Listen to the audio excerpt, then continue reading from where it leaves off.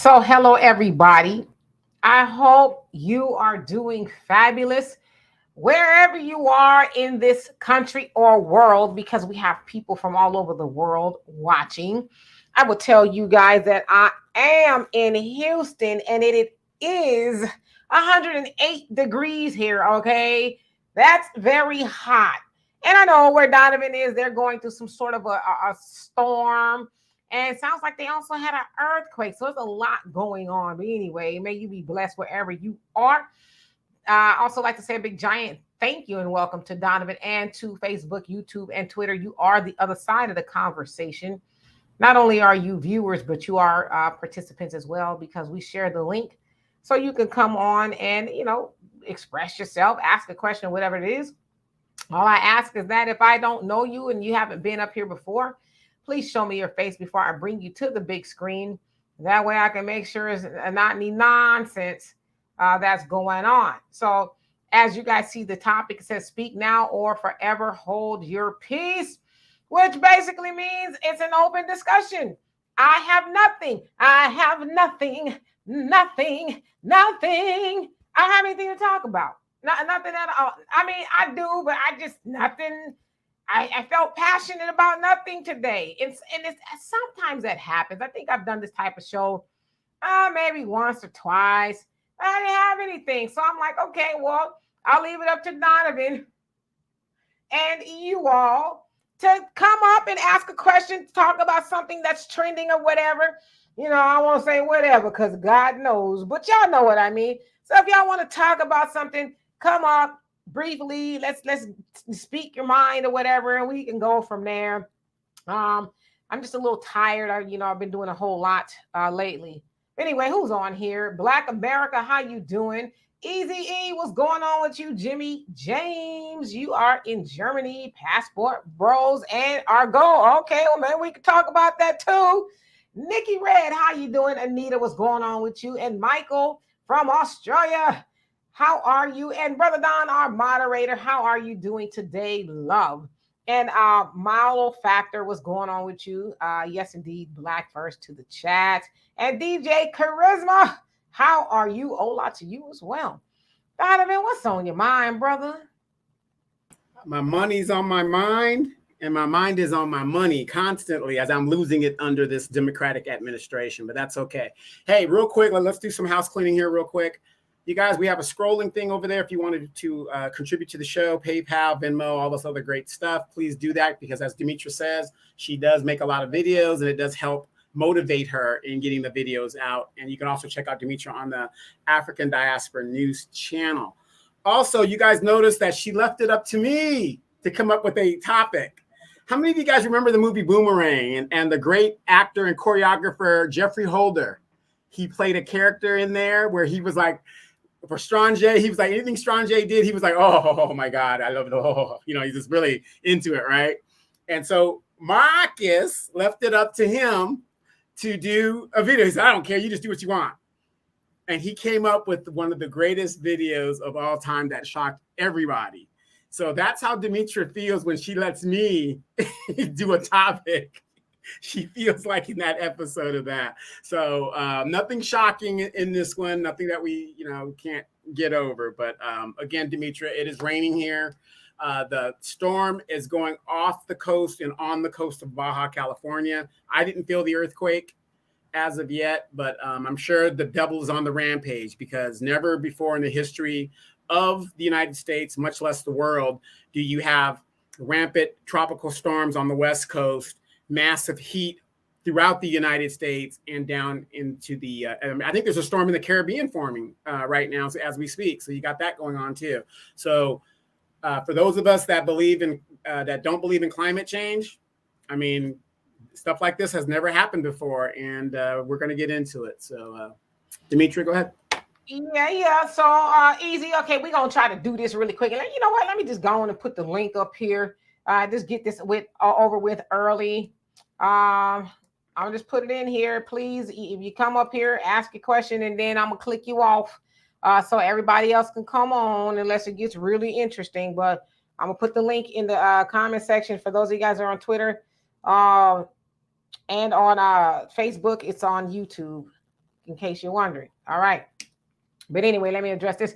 So Michael Oher, we talked about this on, I think it was Wednesday or Tuesday. One of those days we talked about it, where Michael Oher is a football player. He was in the movie Blind Side with Sandra, or not he, but it was about him, with Sandra Bullock, where he was adopted allegedly by a white family. Sounds like they ended up having a conservatorship, which they kind of have ownership over him. He learned that it was not an adoption, it was a conservatorship. And you know, it sounds like it's cost him a lot of money. And he says that the white family came up off of him. And so he's suing them, I guess. So I guess it just really remains to be seen as to what's going to go on with that. Mike Nice, how you doing? Bobby Williams, what's going on with you? Black America, he wants to know if Donovan is a passport bro. No, he said he's not. But I think he is. But anyway. Well, no, the reason I say I'm not is because I lived overseas as a kid all my life, whatever the deal is, and I've traveled all my life. So, you know, that's why I think passport bros looking at it, to me, it affects those people that like all of a sudden started traveling overseas and figured this stuff out. I mean, I went to the Philippines when I was 8 years old. So I kind of already knew what was happening. Matter of fact, when I joined the military, because I was still closely associated with the old bases and stuff like that, I knew where to go, what people to meet. Even some of the ladies that worked in the bars, I was friends with their children. We grew up together. Some of them are still over there in the family business. And, you know, it is what it is. So I wouldn't really associate myself as a passport bro, but I'm a big supporter of those brothers going out there and exercising options. Jan Michael, how you doing? Says greetings back in Los Angeles, but due to weather, I'm headed back to Vegas. Well, Vegas ain't doing that much better. Vegas, I heard, was really getting it. Well, I would be afraid to go back to Vegas.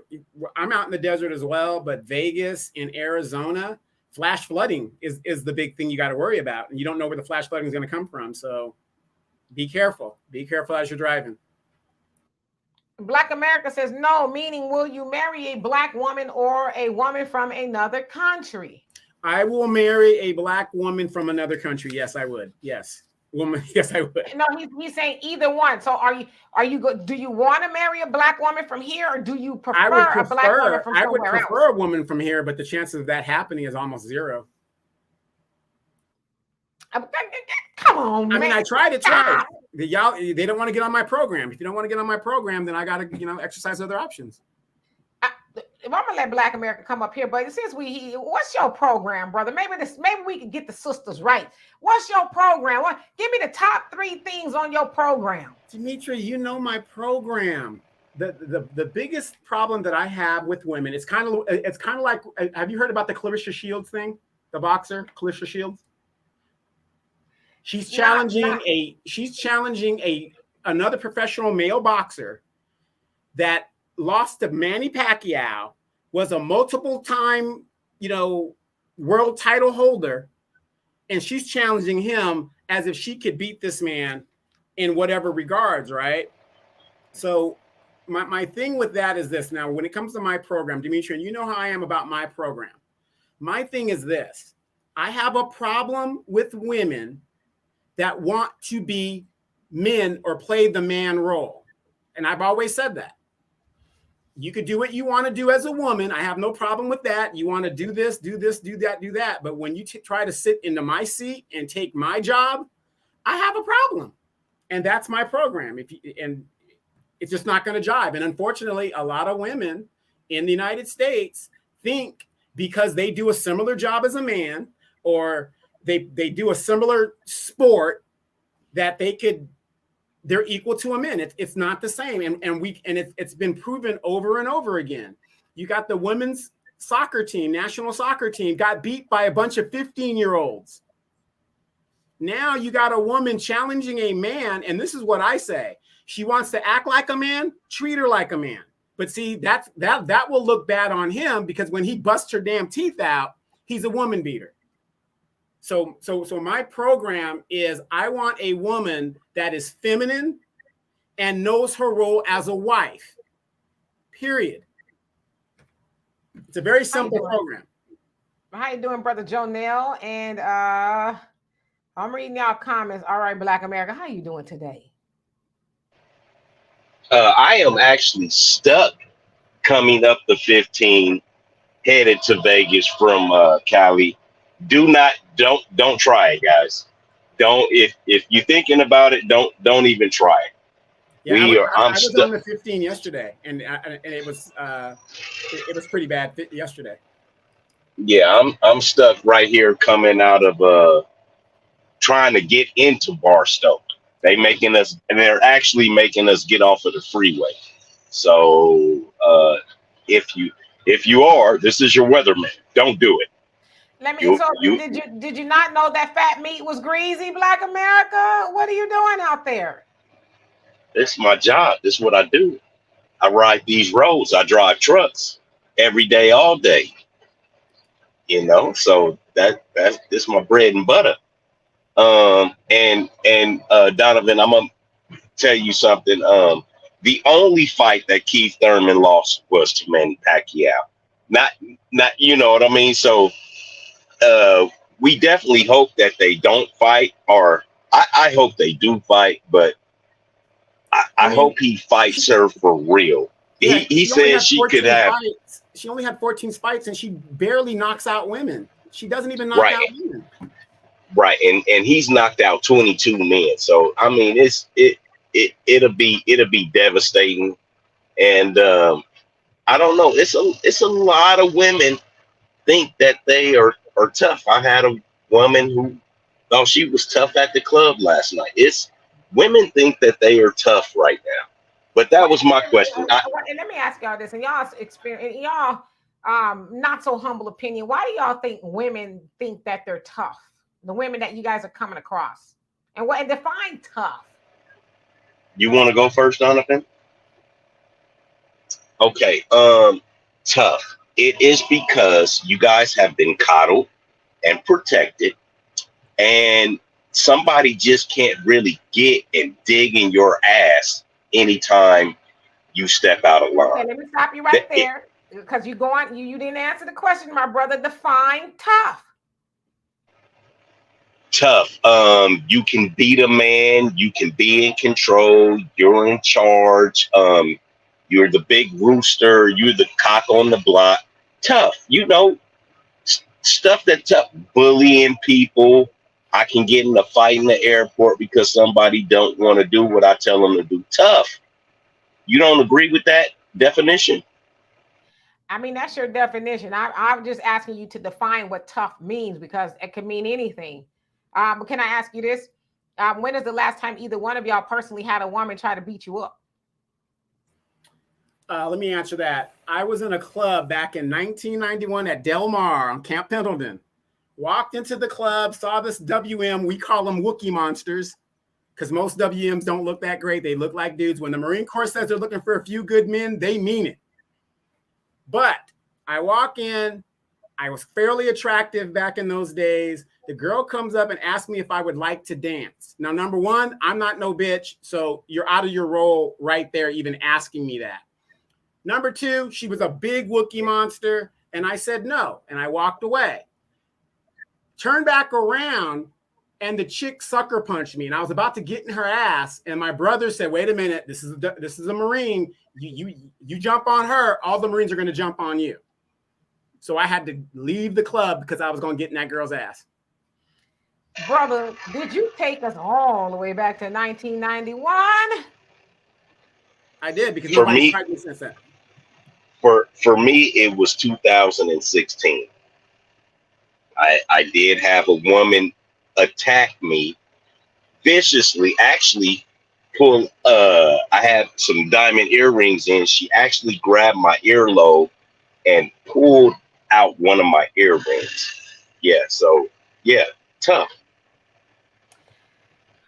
Jessica Jackson, how you doing? And Uncle G, I saw what you said in regards to Jalen McKenzie. I looked it up. I'm going to look more into it. I'm not familiar with that case, but I will definitely look into it. Sounds like another black man life was taken by the Memphis police. So I want to look into that. Jessica, how you doing? It says, I think also because a lot of women are larger in size now. So personally, I have seen that women be super ready to fight now. Yeah. I mean, I can't tell y'all what y'all have and have not seen. I don't know if larger in size has anything to do with it, because I've seen videos and stuff of smaller women, trying to walk tall and talk tough and things like that. But continue. Go ahead. So what is tough to you? You just said walk tall and talk tough. What is tough to you? I think tough, in my opinion, especially in regards to a man, is a woman acting masculine. It's masculine, I think, for a woman to try to fight a man. Not defending herself is one thing, but fighting a man, ensuing an argument or a fight, or trying to jump up his face and all that other stuff. Yeah, that's very masculine. So to me, that's tough. Doing something you're out of character for, and that's not befitting for you, especially as a woman, and definitely trying to usurp that of her man, not a man, because we have this conversation all the time. Usurping her man. You don't tell me what to do. You ain't my daddy. Blah blah blah blah blah. That to me, that's tough, right? So basically, a woman that's acting a little too masculine. I would define that as tough. So was Keke Palmer acting tough recently with all of her getting naked up there with Usher, making a music video now with Usher is coming out? Is Keke Palmer acting tough? I wouldn't say she's acting tough. I think she's acting a little on the silly side. Because I'm not sure exactly what happened between her and the father of her child. Darius is his name. I'm not sure what all happened there, but I think she's misguided if her relationship is indeed ruined over what happened with her and Usher in Vegas. I think it's silly, because we don't need any more single baby mamas out there. Should not be glorified. And if that's the case, yes, she allowed a lot of people to talk her into being a single mama. I don't care how much money you have. You always want the father of your child involved in his life. And so I wouldn't say she was acting tough. I would say she was acting silly. And Brandon, how you doing? He says Thurman went head to head with so y'all talking about some more boxing stuff. I'm gonna let y'all have that. Hey Tanya, how you doing? And JBWR, how you doing? He says years ago, my first ex-wife's sister stabbed me in the back during an argument, so I had to give her the judo chop. Yeah, that's a whole different story. You have to defend yourself, right? And Brother Jonas says masculinity is being groomed in our women above femininity. We are dealing with an agenda that has been in play since slavery. It's still buck breaking and slave making.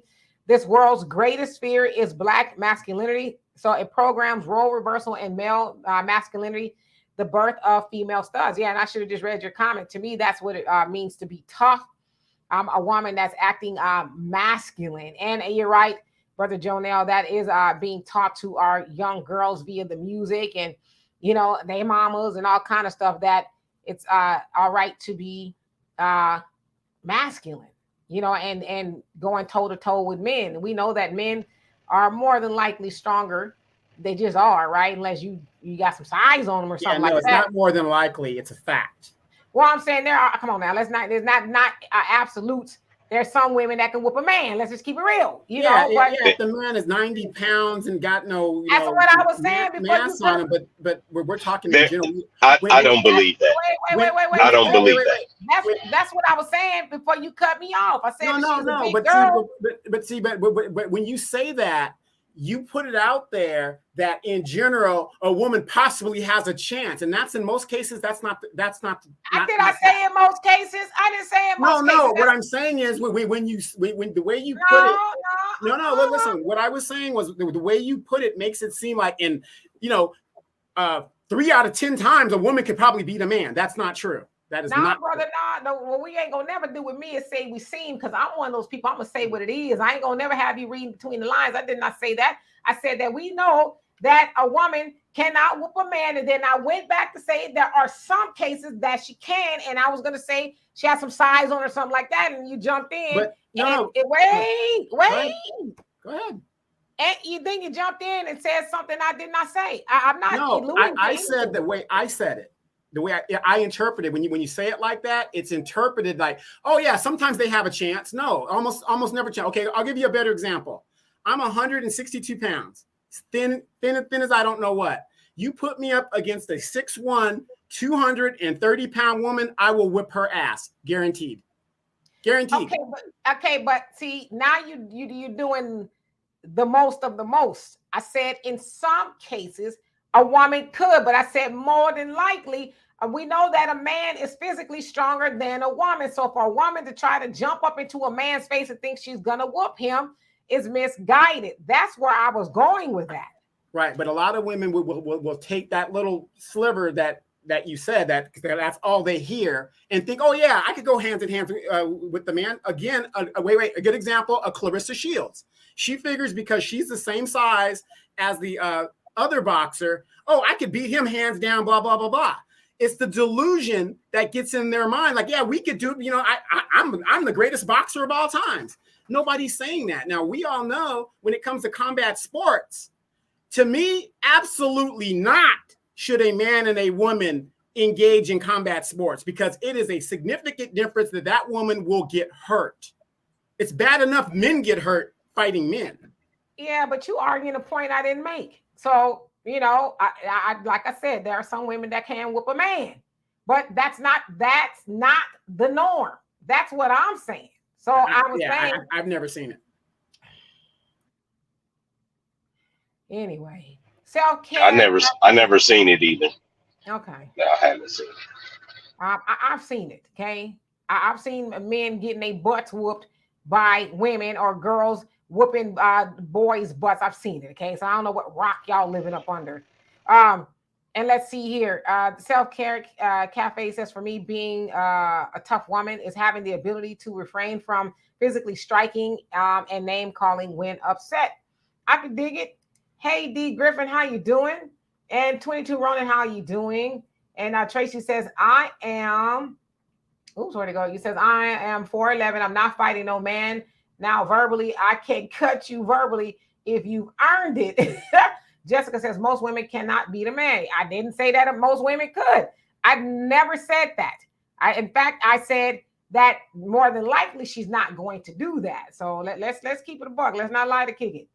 And Damon, you say you like that 4'11" there. And Nikki, he says, I would never try a man. Yeah, I mean, what would be the point, And then when he mopped the floor with you, then you gonna run around talking about, oh, he hit me. And Tony Taylor, how you doing? JBWR said Donovan is skin and bones. And Double A says Brittany Griner might be a challenge. She might be. Brother Jonelle says she put this up here. Says she, Hulk is a mentality. No real woman wants to be dominant over a man. But if the male is weak, she will dominate due to such weakness until she finds that alpha male, which the weak male lacks being. A real man has no struggles with lesbians, masculine women, because those women bow before a supreme being, which is dominant male, aka son of man, aka God in person. Absolutely. And Jan Michael says, no, Mr. Donovan is correct. Over 200 pounds from jump. She's off balance right there. But again, y'all put some seasoning on something that I wasn't even trying to eat. I never said that a 200-pound woman could whoop a man. I said there are some cases to where a woman has overtaken a man. It's just a fact. Why are we arguing facts? No. Don't cut me off. I'm not cutting you off. Because what we're not going to do is lie and say something that I did not say. I didn't give the illusion that no woman, that all women or some women, and I did say some women, but all women could run around and whooping a man. I did not say that. So you have built a straw man argument as something I never said. No, but it's interpreted. What you said is interpreted different than what you said. But here's my thing. Give us examples of women that have beaten men. Just give us some examples in combat sports, any kind of sport. Give us the examples that you know of. I've personally seen it on the schoolyard from elementary all the way to high school. Now, off the top of my head, I can't think of anything recently, but I'm sure people can think of at least one example where a woman is with the man. To me, it's just silly season at this point. But y'all dudes to be sitting up here talking about no woman has ever beat no man. Like, knock it off. Wait. I get it. Y'all got got a lot of testosterone and all of that, and y'all the macho men, but don't lie to kick it. Don't do it. This is what I want to say. You inferring that even one woman in this whole entire world could beat a man. It makes it seem like a woman can beat a man. You're talking about school kids and this, that, and the other. When after a boy hits puberty, me and Donovan can both attest to it. The whoopings from your mother don't even hurt you. It's more of a respect thing that you don't grab the belt and push her down to the ground because you respect her as your mother. The whoopings no longer hurt. Nothing hurts you. There is you arguing over here. You arguing whether the whoopings hurt or not. It's not an argument whether the whoopings hurt. It's can a woman, and y'all made this, I want to let y'all know, y'all threw this red herring up in there, by the way, of whether a woman could whip a man or not. But I want to go to my dear brother Jonell. He says, I've seen women whipping a man before. You can see those videos on YouTube, but regardless of that, it's not the divine norm. Most are not true to their nature as progress. So it's like, stop lying. Stop. No, I'm saying if a man was to fight back, then no, I mean, because we are, as men or boys, are taught not to beat on women. You see what I mean? So it is more of a respect thing. If you see a little bitty thing beating up her big boyfriend, it's not that she's whooping him. It's just he's not fighting back. He's not going to do anything because one hit from him could actually break something on her body. So it's not fair. Right. But I just want y'all to know that people have said that they never interpreted me saying that, all women can whoop a man. I said in some cases she can. It's just a fact. Y'all strong, but some of y'all can have your butts whooped by a woman. You can. Yeah, I've never seen it, but okay. But let me get to my topic real quick before we go totally left here. All right, as you guys know, there was big fires in Maui, and the Asian API community is upset with the Biden administration. And why are they upset? Number one, the federal aid and things have been slow to come and help them do what they need to do. Of course, there's been a lot of missteps and a lot of problems in regards to the response of things. They're still they're still digging people out. They're still finding bodies and stuff. The emergency management person, and you guys better check who the emergency management person is in your city, and you will find in most cases that person is woefully not supposed to be in that position. Okay, but anyway, that's just a heads up. So let me just read this out here real quick for you guys, real quick. Locals lash out against Biden's visit to Maui after deadly wildfires. I don't want him here. Hawaiian residents are saying they don't want Joe Biden to visit them on Monday as the president continues to face backlash this week for appearing aloof following the state's largest natural disaster. With pressure mounting for him to visit and discuss the federal government's response to the Maui wildfires, Biden announced Wednesday that he would visit the devastated island come Monday, much to the dissatisfaction of some island residents. I don't want him here, Jay Awan of Lahaina told the Post Wednesday. He's just coming to Maui to look good in front of the cameras. Anwa, a 45, a cook and tiki carver, said nothing would be gained from the 80-year-old president's visit as his town, a once popular resort area, has been burned to the ground. All right. So here's the deal. Did you go on mute?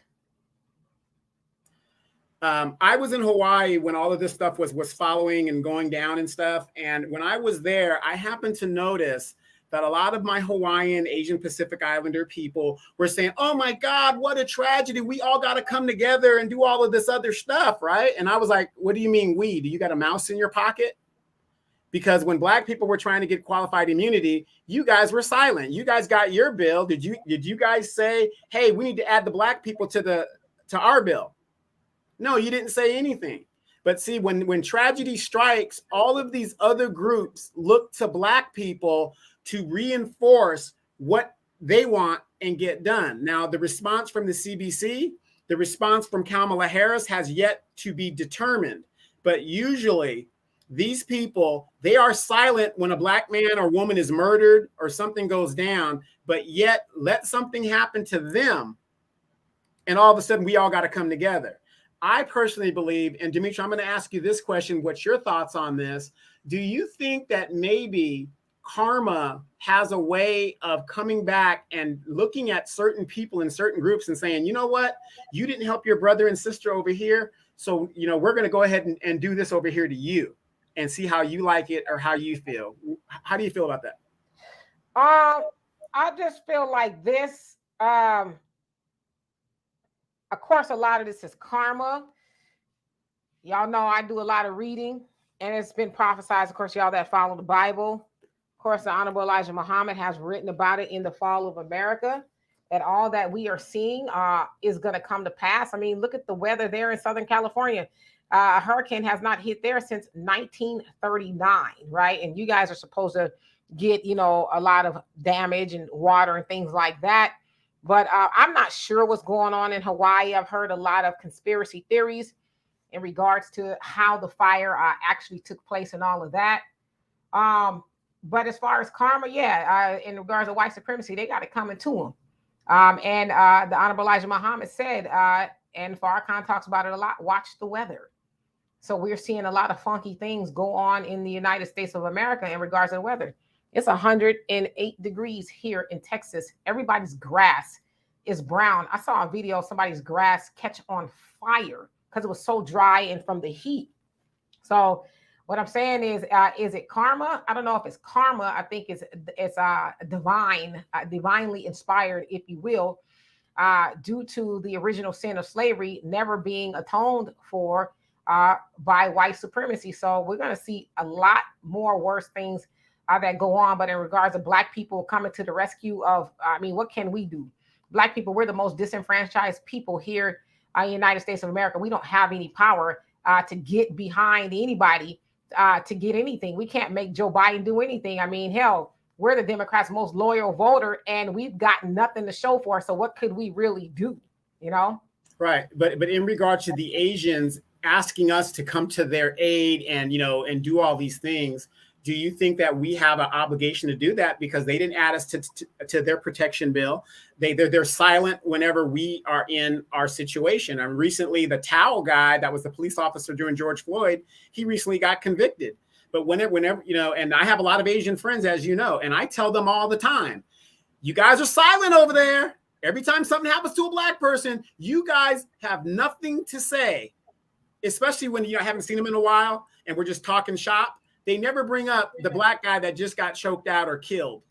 They're silent about it. So in your aspect, do you think that the Asians are justified in asking black people to come to their aid and rescue?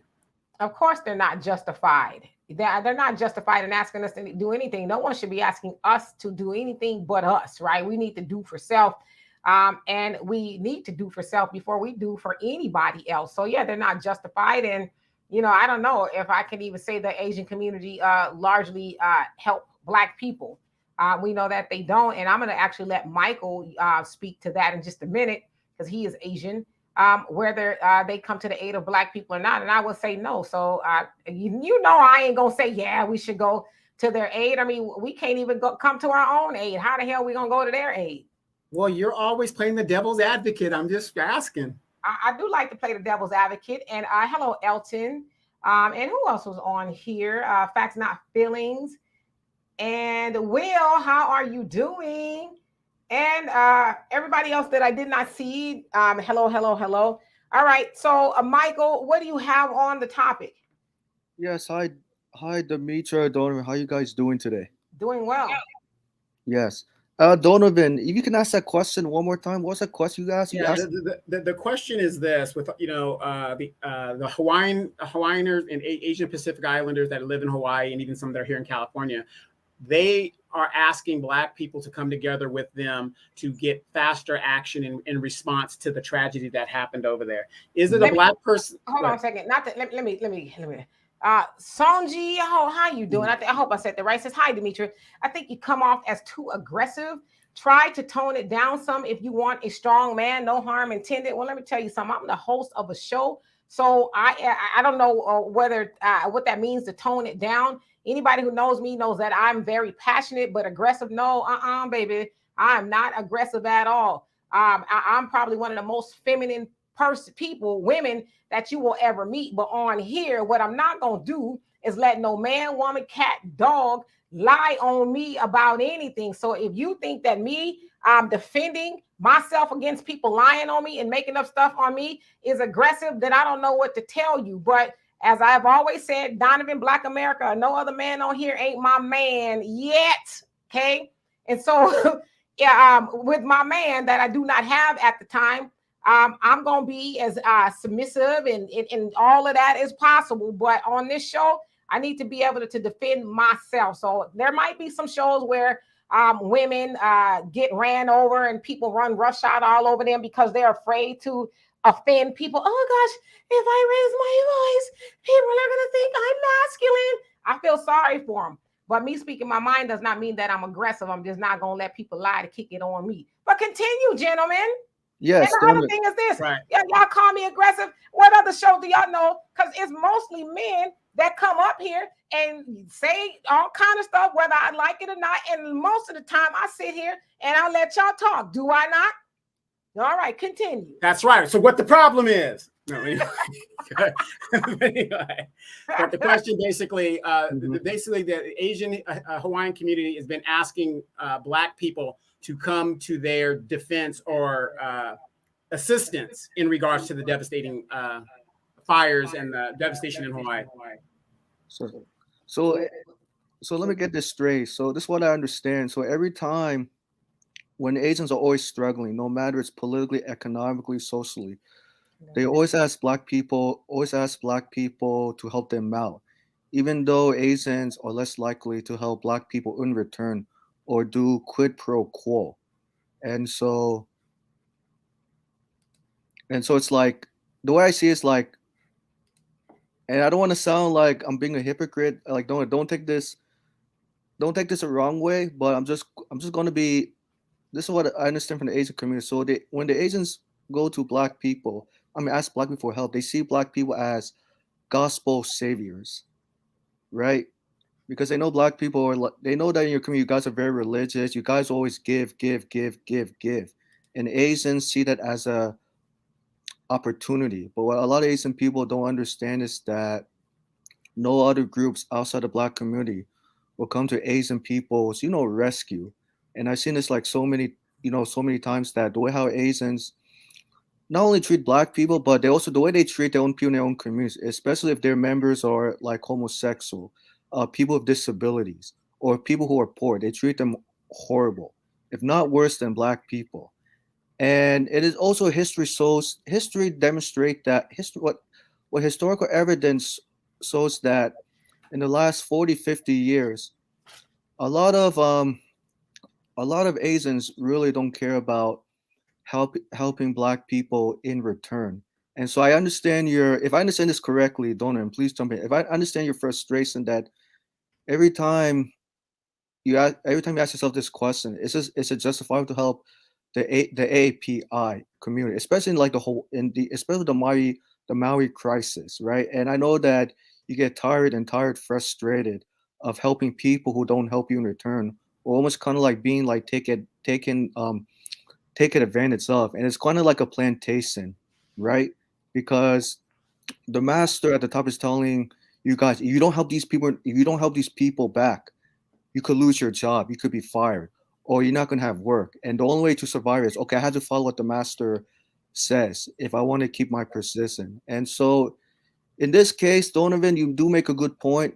No, you should not be obligated to help Asians in return, you should not, because a lot of Asian people have not learned by coming to America for so many years, especially during the gold rush, when the Chinese people were enslaved. They didn't really, they did not really like show solidarity with Black people, even to this day. Uh, Even to this day, after the gold rush, and it still continues. Now, would I say individually? I'll say individually speaking, yes, there are some Asians who do want to help Black people, right? Or some Black people want to help Asians on an individual level, if definitely not a collective level. So I definitely can understand that what Philip Scott said. And Philip Scott said, I don't discriminate. I treat people equally. Now, if people treat me right, I treat them right. If they don't treat me right, I don't treat them right. So it's really based on a situation, context, condition. So people should be vetted on their intent and what they want to do to help others out. And I would say in this situation, if Asian people really show that they care about Black Lives Matter, and yes, Black Lives Matter do matter because substance have to be included, right? You said like remove or qualified immunity, cash payment reparations for cash payment reparations for American descendants of slavery, anti-Black hate crime legislation. And so I say this because a lot of Asian people, when they show like solidarity, to them it's really about symbols to make themselves. I don't say make themselves look good, but they know that they know that they know that what they did, or they kind of like showing like guilty because they know that what's coming, what goes around comes around. And yes, karma has a way of telling Asian people that they got to rethink what they did. And I say this and I'm pretty sure that, like, let's say hypothetically, I help you guys get reparations, right? Hypothetically speaking, you and Donovan and Dimitri say, "Thank you, Michael Penn, so much for for helping us to fight for cash payment reparation. Please leave."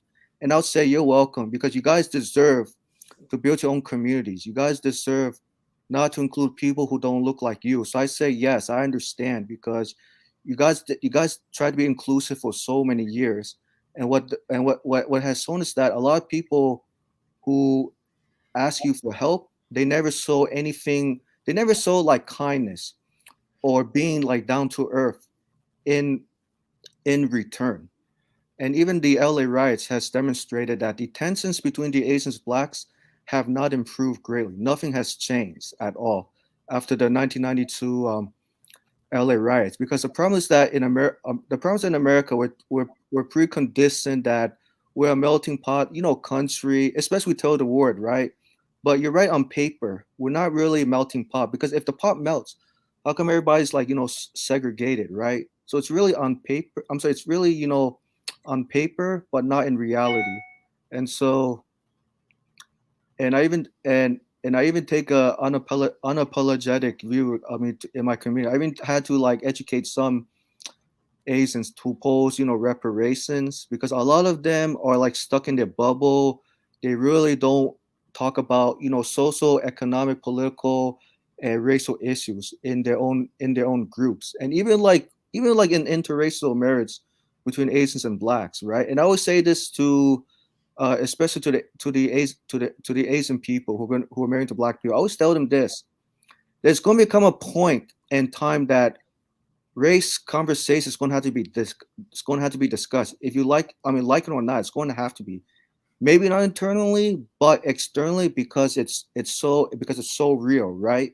And that you have to be cognizant. I especially tell this to the Asians. I know they don't hear it, and I always say this because it's good to be aware, and also that way they know they can be ready before they get ready. Absolutely. So let's see here. Be easy, that dude. What is going on with you today? Long time no see. Hey, what's up with y'all? Chilling. Yeah, not too much. Beautiful California day. Just want to tap in with y'all. I still be lurking in the chat and watching the video. So even if I don't get to see the live stream, I do support. I actually want to do a reaction, and I was gonna commend you. Shout out to the brother that just spoke, Michael, on that video that you showed about the guy who happened to be Asian and was crying and saying, no one is supporting us, no one was helping us. And I was just thinking, man, like, do I need to pull up the receipts and show the countless business loans and opportunities that were given based on minority status, saying that here you can't set up shop here in the white neighborhood, but where the blacks is, go ahead. And they say you'll get minimal pushback. A lot of this stuff is documented, but I think we all on the panel know. But shout out to Michael, because that does take a lot of courage. Being in the Bay Area, outside of China, the most Chinese people live in San Francisco. So I'm engaging, out here, it's like Russians, Ukrainians, Pakistani, everything out here. So I've had these similar talks, and some people will agree and have the same sentiments as Michael, but they just won't say it out loud. They won't ever say it publicly. They'll whisper it. So that's why, the separation and, everyone having to do for self. It's unfortunate, but like Dr. Claude Anderson said, your race is your team. Right? It's like I didn't make it like that. That's how it was socially constructed. Everyone adheres to that. So that being said, we gotta make sure that the black team is good. Everyone understands sports, right? So is the Warriors gonna be worried about helping the Lakers out before they help the Warriors out? And you wouldn't even blame them. The Warriors are not going to give the Lakers plays to defeat them, and you wouldn't expect them to. But then everyone is expecting us, as like the proverbial Laker team or whatever team, to give up our plays. Here, you want access to our coach. Here, you want access to our gym, and we've unfortunately been doing it. But then when we say, hey, could we come to y'all gym? Nope. Could we talk to y'all coach? No. Could y'all give us some of the game that allowed y'all to be successful? No, pull yourself up by your bootstrap, So I'm glad that this conversation is being had. I just want to start with that. And salute the panel, Donovan, Demetra, and everybody else. I appreciate that. And yeah, so the video you're talking about is the one with the Asian. He was in San Francisco and he was angry that everybody else was not helping him. And he says, I guess everybody thinks it's okay to, attack Asian people. And it's like, huh? Y'all got protection or whatever. But I will say to you guys this, y'all know, doing what I do, everybody does not agree with me. I had somebody, I'm assuming from the Asian community, because they have an Asian profile picture, told me that I better watch my back for that video. So I was like, okay, but people are after y'all, but you're telling me I better watch my back, huh? Okay. But what was so threatening about your video, right? Because we're black people, right? We're supposed to be the savage, violent, belligerent group, but you just make basically you didn't even really talk. You said your piece. It was mainly him going off, and because and that's what I was saying. Even if they have the same beliefs as what Michael just said, they don't want it in public. They saying, yeah, you saying it's true, but we just don't want it public. So how is anything going to change if y'all try to acknowledge the facts in secret? It's kind of like that ugly girlfriend where the dude just smashed, but you don't want to take her in public. Nah, walk through the mall with me, right? We allies, or we in a relationship. They're like, no, I'm gonna just keep you in the dark at the booty call hours. That's what they try to do to our group of lineage of people. And just expect us to accept that, knowing that they wouldn't even accept a scintilla of what they're complaining about. Yeah, so you're right. I didn't think I said anything wrong, but I think it's the expose of it all, right? Putting it out there. I mean, he said it. It's like, I don't know where in America you are. Obviously, he's in San Francisco, but it's like, where have you been? You guys got a hate crime bill off of demonizing black people and making us the boogeyman to the Asian community. That's all. If I'm on Twitter or anywhere else, I see Asians talking about how black people are attacking them. It's like, get the hell out of here. Now, y'all, it's like they and Michael, you can speak to this as well, sure. I'm sure. But it's like everybody else in this country is going to make black people, the savage. If the scapegoat. The scapegoat, yeah.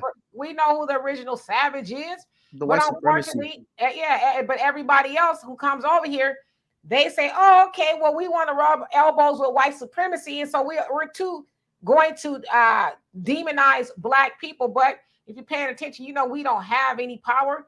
We have been treated the worst in this country, and everybody else comes over here and try to dogpile on and make us the aggressor. But it's like, we know goddamn well Los Angeles burnt down due to what happened to Latasha Harlins. Yeah, I know it was on, you know, Rodney King piggybacked off of that, but that was due to the frustrations with the relationship between the Blacks and the Koreans. And what happened to Latasha Harlins, that's what the 92 riots is what they call it. But I think it was 92 frustration was about. Yeah, and so also let's not forget that. Oh, sorry. No, go ahead. Oh, I'm sorry, I didn't mean to interrupt. I was going to explain what you're saying. Also, not only so, what I was going to, yeah, sorry. So yeah, so it's kind of like I remember the movie I'm sure you've seen the movie called Passenger 57, right, with Wesley Snipes, and Wesley Snipes, John Cutter, told the white British guy who's a villain. He said, always bet on Black, right?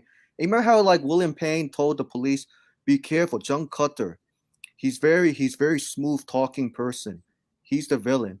And John Cutter's like, I'm not the villain. I'm the one who's trying to rescue people on the plane. I'm trying to save people's lives on the plane. You got the wrong person. It's not me. And so I could definitely relate, definitely, you know, definitely allude to that movie because it's the reality, right? And the reason why, and I understand the frustration during the 1992 frustration, because at that time, initially, right, you know, the case being heard, the cases being heard for 4, you know, white police officers, right, who had brutally beaten Rodney King. Initially, it was supposed to be held in LA, but then they decided to move to Silicon Valley because they knew in Silicon Valley was going to be majority Mzungus, right? They're going to get better press, you know, coverage, and also the officers there will be more likely to be acquitted, which set the frustration in 92. And then, of course, and that was election year at that time when Bill Clinton was trying to buy the Black votes as well. And a lot of Asian people to this day, you know, they've been victimized by white people.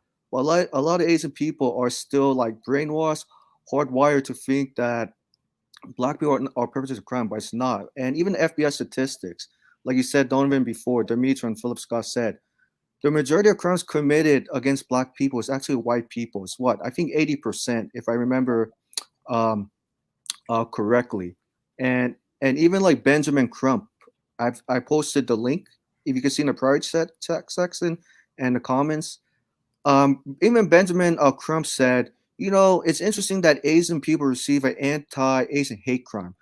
Why can't we do the same as well as us? Because I've seen Breonna Taylor and others being victimized, you know, year in, day out.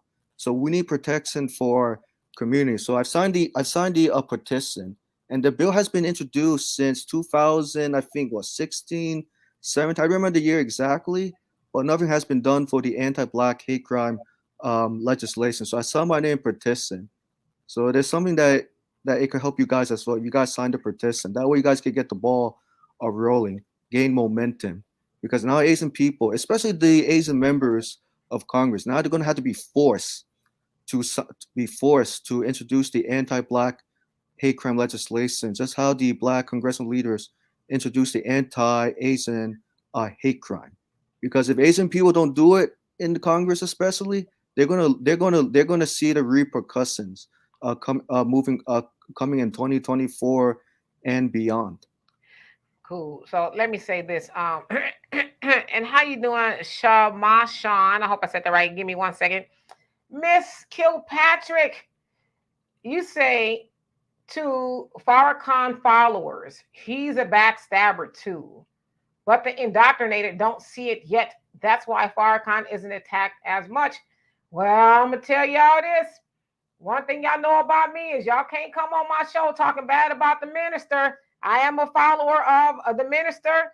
And so what we're not going to do is talk bad about the minister, because nobody on here as a collective, we can put all of our efforts together, has done what the minister has done for Black people. And so unless your record can match up to that of his, I'm going to say what he said to Mike Wallace so many years ago: you should be quiet. All right. Shama Sean, I hope I said that right. How are you doing? I'm sorry. Hold on a second. I put you on mute. There you go. Hey, Shalom. How you doing, Mr. Mitra? I'm doing well. How about yourself? It's hot. I'm in Indianapolis. It's Where you at? Indianapolis.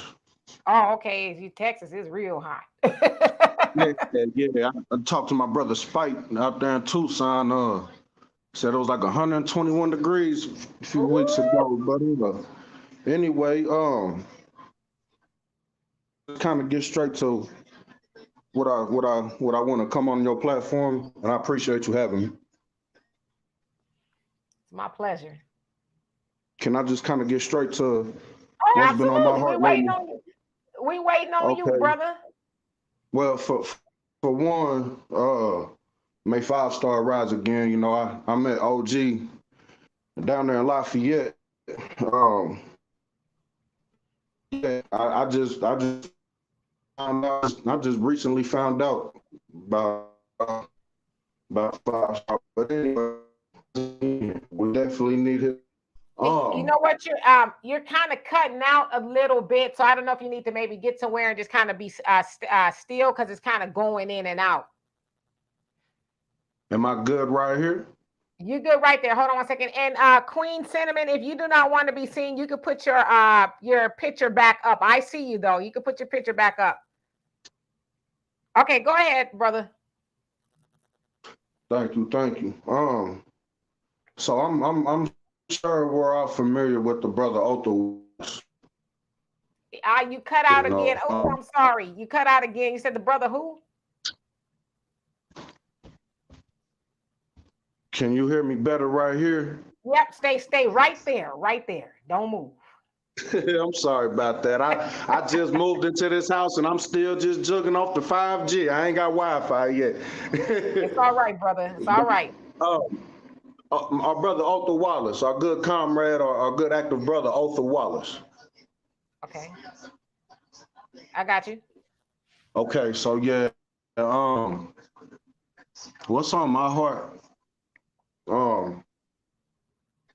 I guess I could just get into not understanding how, some other people could do some major crimes and they can end up with $2 million in their legal defense fund for shooting up a school. Anyway, even take a brother like GMJ, a brother that's coming home. Oher Wallace, man, they trying to snatch his life. He ain't facing all day. They trying to take his life, and this far down the road, we can only come up with $70,000. And I'm tired of talking about what this brother's done for us. I'm 34 years old. I've been in Indiana my whole life. The backyard of the Proud Boys, Oath Keepers, and the 3 Percenters. You know what I'm saying? I almost want to just say it really makes me sick to even know what's going through Oher Wallace's head right now. So what did they get him for? Allegedly, what did they snatch him up for? He's being charged with a capital murder of a police officer. That was not called on him. That was not. That did nothing but try to extort and harass my brother. And he was sitting out in front of his house, which is an apartment. The video's all over, so. I'm going to look into it. It said Oher Wallace in Indianapolis? No, Othel, Othal, Wallace, Wallace. And no, not here in Indiana, down in Florida. Okay, Florida. Okay, so I'm going to look into it. When did this happen? It's crazy. Almost 2 years now. 2 years? Almost 2 years, and all we get together is all that has came together is around $70,000 for our brother, which is going Othel.com. That's going straight to his legal. Go ahead. My bad. Was you about to say something? No, I was just gonna say, and it's the first I've heard of this, so maybe there's not a lot of awareness out. So, is there some news footage or like articles or something I can read, and I can get more information? well, you know, you go to, are you familiar with OC the Great, you know, in his little podcast, you know, cause once again, you know, I've been reaching out to Netta TV, you know, I've been, you know, my Israelite brothers, the ISUPK, the IUIC, just all this. How do I want to say this? I know what I want to say, but I will respect your platform. Thank you again for having me on here. I am just very, man, I'm not speaking for myself. We hurting about this, you know. This ain't about me, but let me just go ahead and tell you what's, you know, like, I just caught a couple, I just got shot 5 times, you know what I'm saying? Anyway, like finances ain't, and I put my little bit, you know, and it's really just, I done heard it come from so many different directions, like ask 1,000 people just for $1. It really kills me just to know, once again, that's the last time I'm gonna say exactly these words, what's going through my brother's head right now, because they keep on putting them in solitary confinement. You know what I'm saying? It's Yeah, and I'm this seeing brother's people. heart. Yeah, I'm seeing people in the comment section, you know, talk about it. So what I want to do is I want to look into it because, you know, forgive me, I've never heard of it. But spell his first name for me one more time. Yes, ma'am. Yes, ma'am. Othel. Othal. Okay, Wallace. got it. Okay, Wallace. I'm gonna look into it. Nickname Ozone. Ozone. If you ever heard the name Ozone, that's who we talking about. A very active brother. You know, he gonna shed his own light because he gonna be home real soon, and even though it's another way of looking at things, it's just like one of my favorite rappers. I didn't even know of him before he died, Nipsey Hussle. Motherfuckers shouldn't, excuse my language, people shouldn't know Ozone after they try to give him life.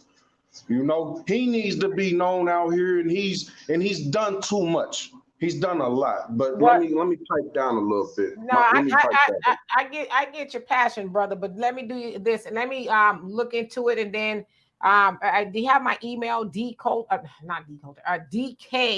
Demetra K rather. I got so many emails. Demetra K at gmail.com. Demetra K at gmail.com. If you want to send me some information, but I'll look into it. I've never heard of him before, but I'm sorry that that's happened to him, and I'm sorry that you were shot. I know that was a horrible experience, but give me a chance. I shouldn't even say no. I'm fine. Forget okay. About that. I was just more talking about how hard I'm trying to. You know, I do construction. I can't even do that, but you know, we Uber eating. We trying to do whatever just to put a little stuff into the. You know what I'm saying? And it's just like with all these organizations, and unless you ask me another question, this is the last I'll say. I really appreciate you just having me on the platform. I go on other people's platform, and just like I put in the comment section before I got in here, you know, hey, please support, you know, whoever, and they be deleting my comments, you know, and it's just like, man, out of all the repetitive.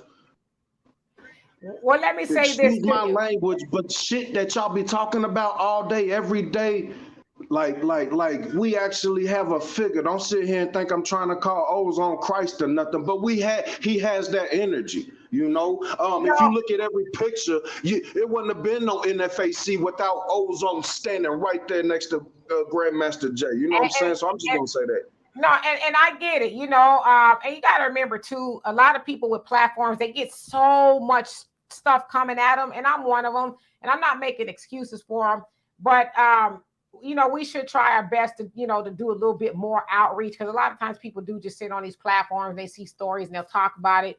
But let me look into it and see what I can find, and maybe I can do a story on it. But it's crazy. You say you don't know.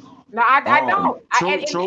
No. That's that. I believe you, but it's just like that's you're the first, but on the same page, everybody that I'm speaking on with their platforms that could have had this man's all the funds that they raising is mute and minute to me compared to what we need to do for our comrade out here. Because all I ever hear people talking about is how we need to support our own people. This Levite Haitian brother needs our help. Well, let me look. Nothing Like I less. said, give me a chance, brother, to look. I know you're passionate. I understand, but give me a chance. Oh, thank you. Yeah, oh yeah, give me a chance to look into it. You know, I'm gonna look into it to see what I can do. But to my knowledge, I've never heard of him. Maybe when I look more into it, then it'll jog a memory of who he is. But I am very familiar with the NFAC, so give me a chance to do that. And then, like I said, email me at dimitrok@gmail, and then we can stay in touch, and I'll let you know what I come up with.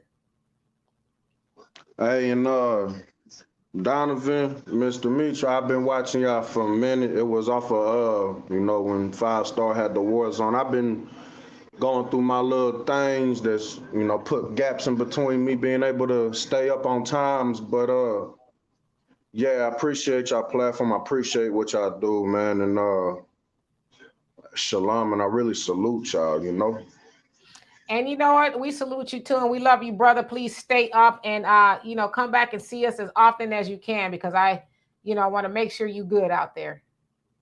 We just got to get old home. We just need to give them a fight. And let me just make it clear: the lawyers, the defense team is clutch. Very, very good report card. You know what I'm saying? Very, very good report card. They're specialized in death penalty cases, and he ain't getting it. It like all the movies and all that where you say you're gonna watch it. I know people in the comments already know that brother did nothing that anybody else would have done. Anybody, especially the ones that's been talking shit the past 4 years, talking about police brutality and this is the if you can't judge off of this example. I don't call my phone if that makes sense. I got you, brother. But like I said, please come back and see us again, and I'll let you know what I have come up with. But I'm gonna let some of these other people speak what's on their mind. Shalom, I appreciate you, and rise again, 5 Star. Absolutely. Peace. Thank you. How do I don't even know how to get off. I got you, brother. I got you. There you go. Oops. Okay. Queen Cinnamon. I ain't gonna say your name, but what's on your mind, sister? I muted you, so let me unmute you. There you go. Can you hear me now? I hear you. Oh, there's a lot of stuff going on in the background. They crazy out there. How are you today? I'm good. I'm just waiting for them to die out there. You know how the 2/3 are. I'm not addressing it as a disrespect when it comes to Farrakhan. But if we do not look deeper, then you won't understand where I'm coming from. Okay? Mm-hmm. He does have ties to some grand KKK person. Okay? And if you don't look deeper... Can you be specific? Right now, no. I don't know the KKK man name, but if you look deeper in that rabbit hole, you'll find out that I'm telling the truth. Because when you have discernment and you ask for it daily, because we need to know who these people are that's so-called leading us. Okay? I'm not with the flesh like most people with the flesh. Mm-hmm. Okay? I'm about the spirit. We're supposed to judge the spirit. So why is the spirit twisting things? Well, if you're really... Let me ask you this, Queen Cinnamon. On here, and I think you've watched us for quite a while. Because I love you. Yeah, and I love you too. But we want to deal with specifics, right? Where it's not what you know, it's what you can prove, right? So you telling me about the spirit and the flesh and rabbit holes and stuff like that, but you've given me no specifics. So when we make an accusation, we want to be able to back it up. So that's why I'm asking you questions. Okay, just like you just told the brother before me that you gotta look into something, look into it. I don't even know what I'm looking into. You haven't given me no specifics. No, well, if you go to m.othal.org,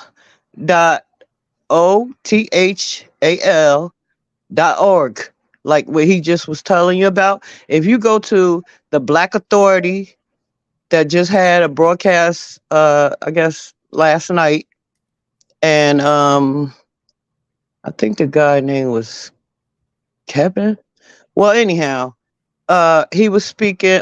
Othel, I guess that's how you say his name. Wallace was speaking previously, and then someone else, I think his name was Kevin, was speaking after, and the Black Authority was showing the courtroom and the so-called, I guess, prosecutors or the cops, whatever. They really don't know or have anything on him, and it's a trumped up case. So if you go to m.othal.org,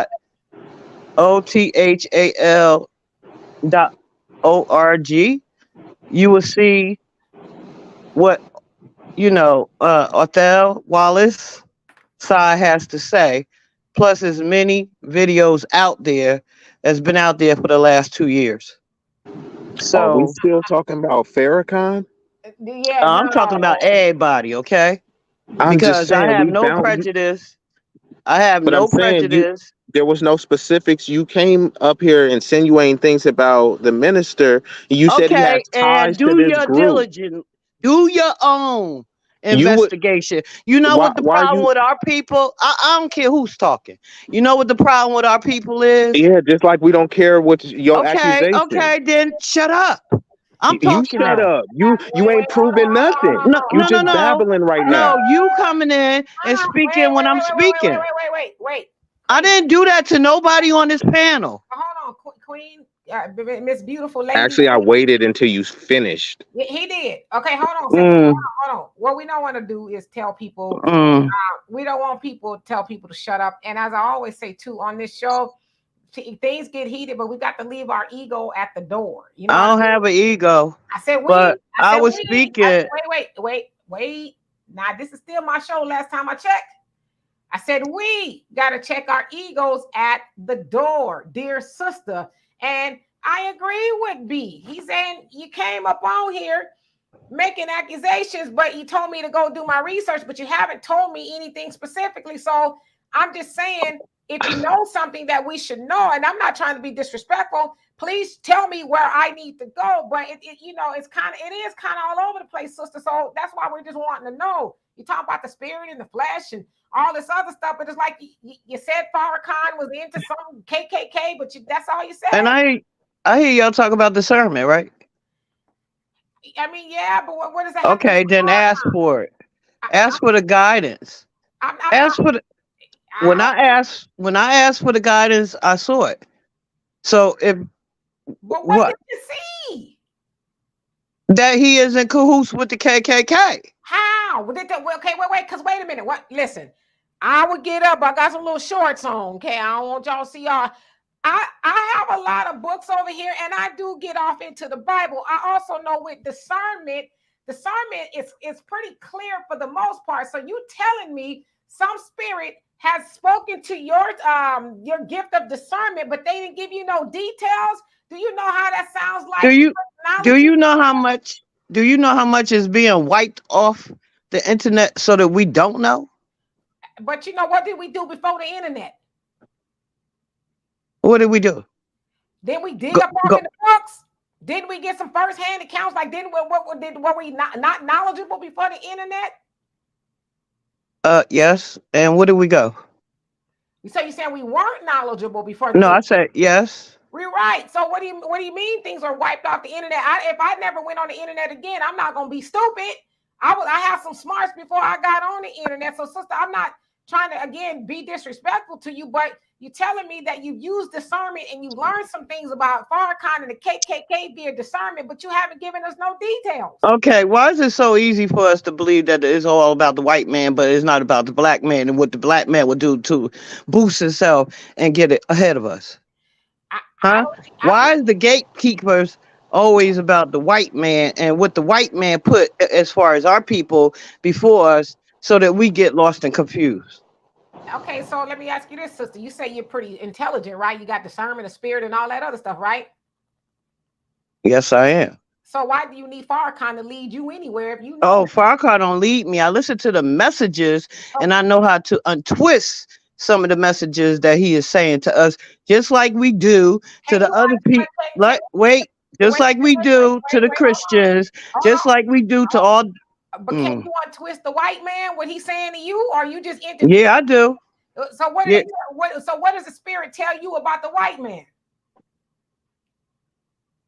Almighty could use any person, any vessel But so to again, get across what he needs for us. But sister, you up on here, no disrespect, you said a bunch of nothing.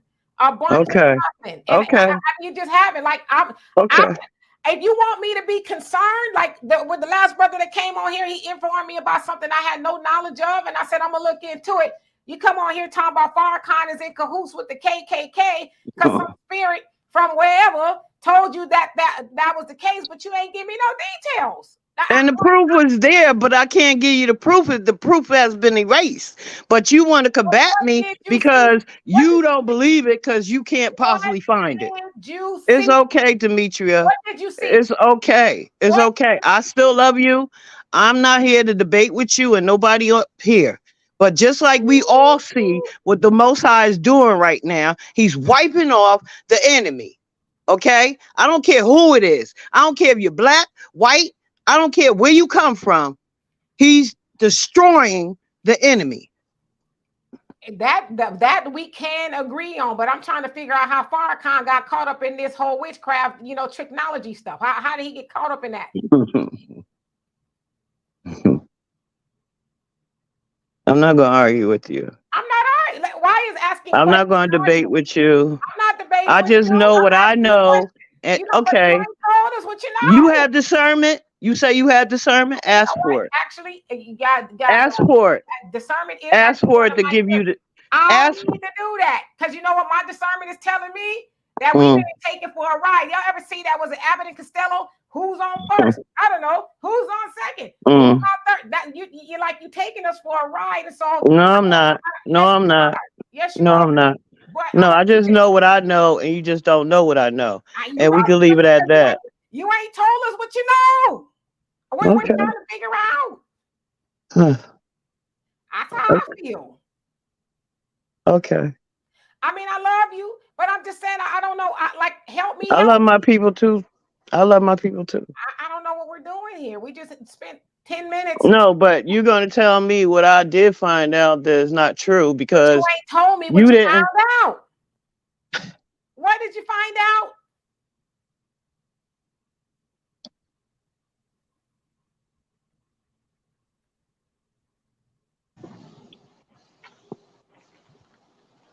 Does anyone know the name of the KKK leader that he was in cahoots with? Because we know Louis Farrakhan name. Do we know the name of at least one KK leader that he's allegedly in cahoots with? Anyone? Well, I have a question in regard now. Is she talking way back when Elijah Muhammad and Malcolm X referenced the fact that they were talking to KKK members in regards to separation? Is that where she's going with it? Well, one thing we never gonna do, and I love you for that, Donovan, because I knew about that, but she came on here leveling allegations that she refused to talk about. So don't help her. She don't know. No, he's not helping me. He's telling you the truth. Listen, stop. Because this is lunacy. It's lunacy. Yeah, I'm lunacy. I said, hold on. Next, who else has something to talk about? Because what I'm not going to do is go round and round over silliness. And Donovan, I'm not mad at you or nothing like that, but I'm saying don't help her.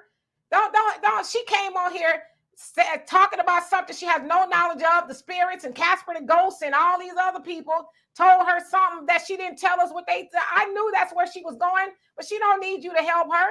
Right. No, I wasn't going to help her. I was trying to figure out, is she referencing that thing that Malcolm X had alleged back in the day that was proven not to be true? Let her tell us that. Yeah. Let her tell us that, because she's going round and round in circles over some nonsense, the total nonsense. And you know, it was entertaining for a couple of minutes. But anyway, let's get back to brass tacks. I want to address this really quick. Let's see. And Arson, how you doing? Everybody else that came on here, yikes! I don't drink anymore, but jeez, I think I'm a Man, this been one of them shows. I'm gonna go look in the closet or cabinet or something, see if there's some rubbing alcohol. Top notch rocker, how you doing? Will, I saw you had a question about BRICS, and I want to get to it. I apologize about all of this. Oof. Where did it go? No need to apologize. I actually was going to commend you on your patience because you let that go on. Like, I'm just literally, and I did wait until she stopped. So I didn't talk over her, and she was just going on and on with the song and dance. And, you know, I had to put my tiny violin down and try to interject to add some direction. So let me give you your props because you allowed that to go on way longer than it should have.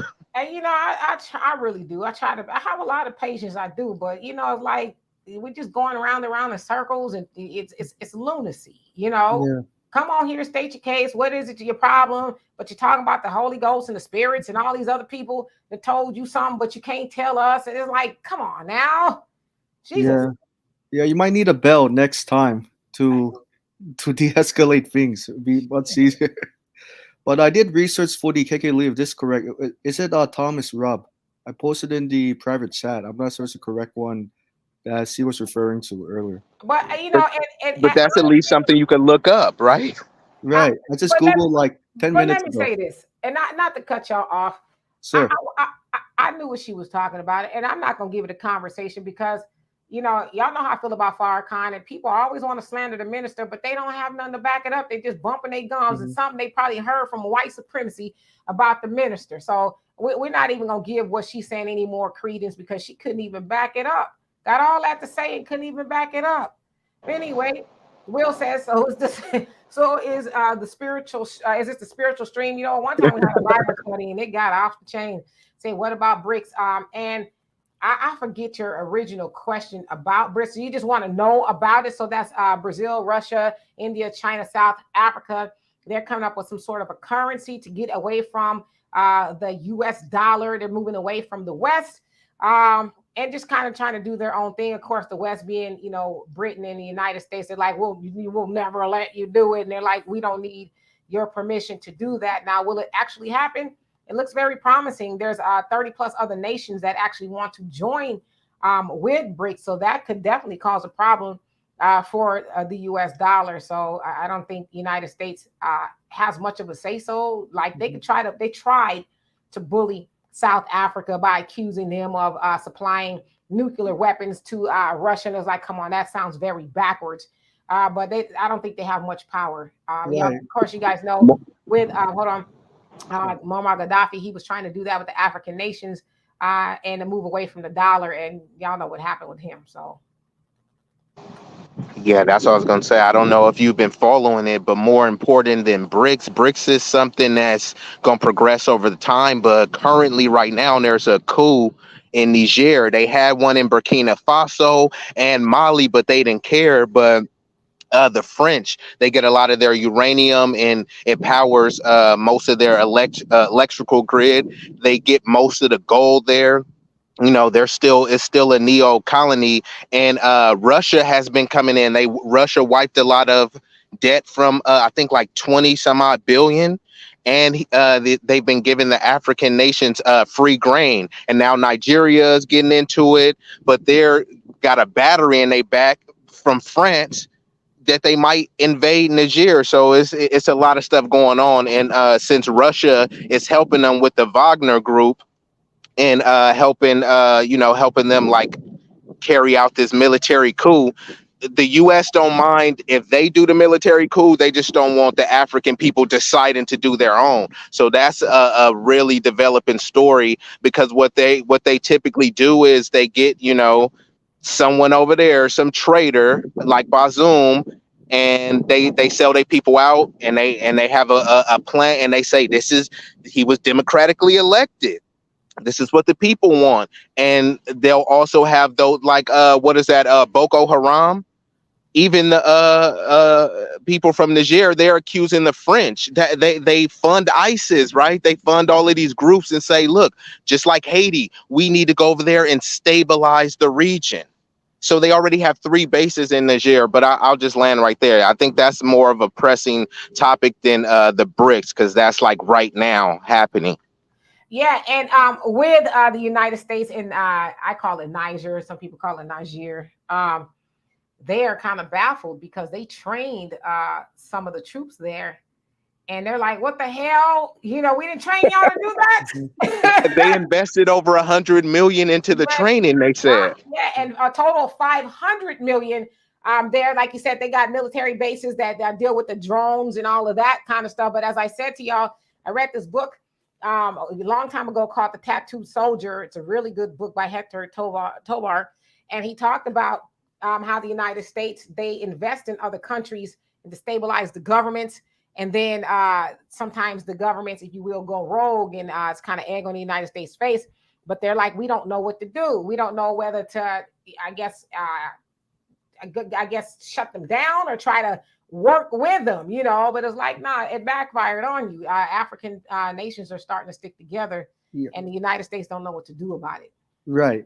And also, I would like to add on what BEC, that dude said, and what you guys said about BRICS. Yeah, so a lot of BRICS, especially young people who are leading, they're telling their prime ministers, don't make a deal with the devil. How do you know the deal with the devil is going to be good when you know it's going to self-destruct the resources, the minerals, right?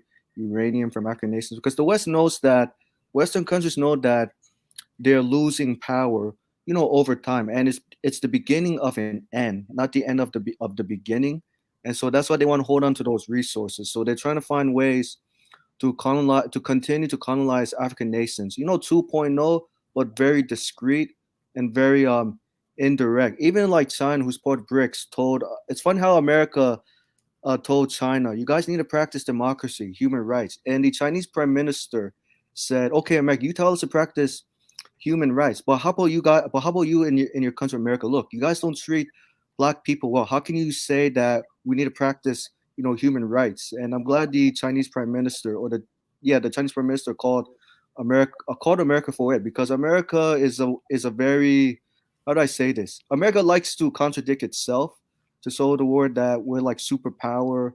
We have good we're very good on human rights, but the data shows that America's the record shows that America's promise and staying on human rights is not very good, and a lot of countries are speaking against America's, you know, supposedly, you know, human rights, you know, philosophy, especially from the young people, and the young people are calling America out. And I'm glad that the young people in the African nations are like standing firm, especially Julius and Lemma. I like his song about the Boers, if I remember correctly, and said that the West owes countries.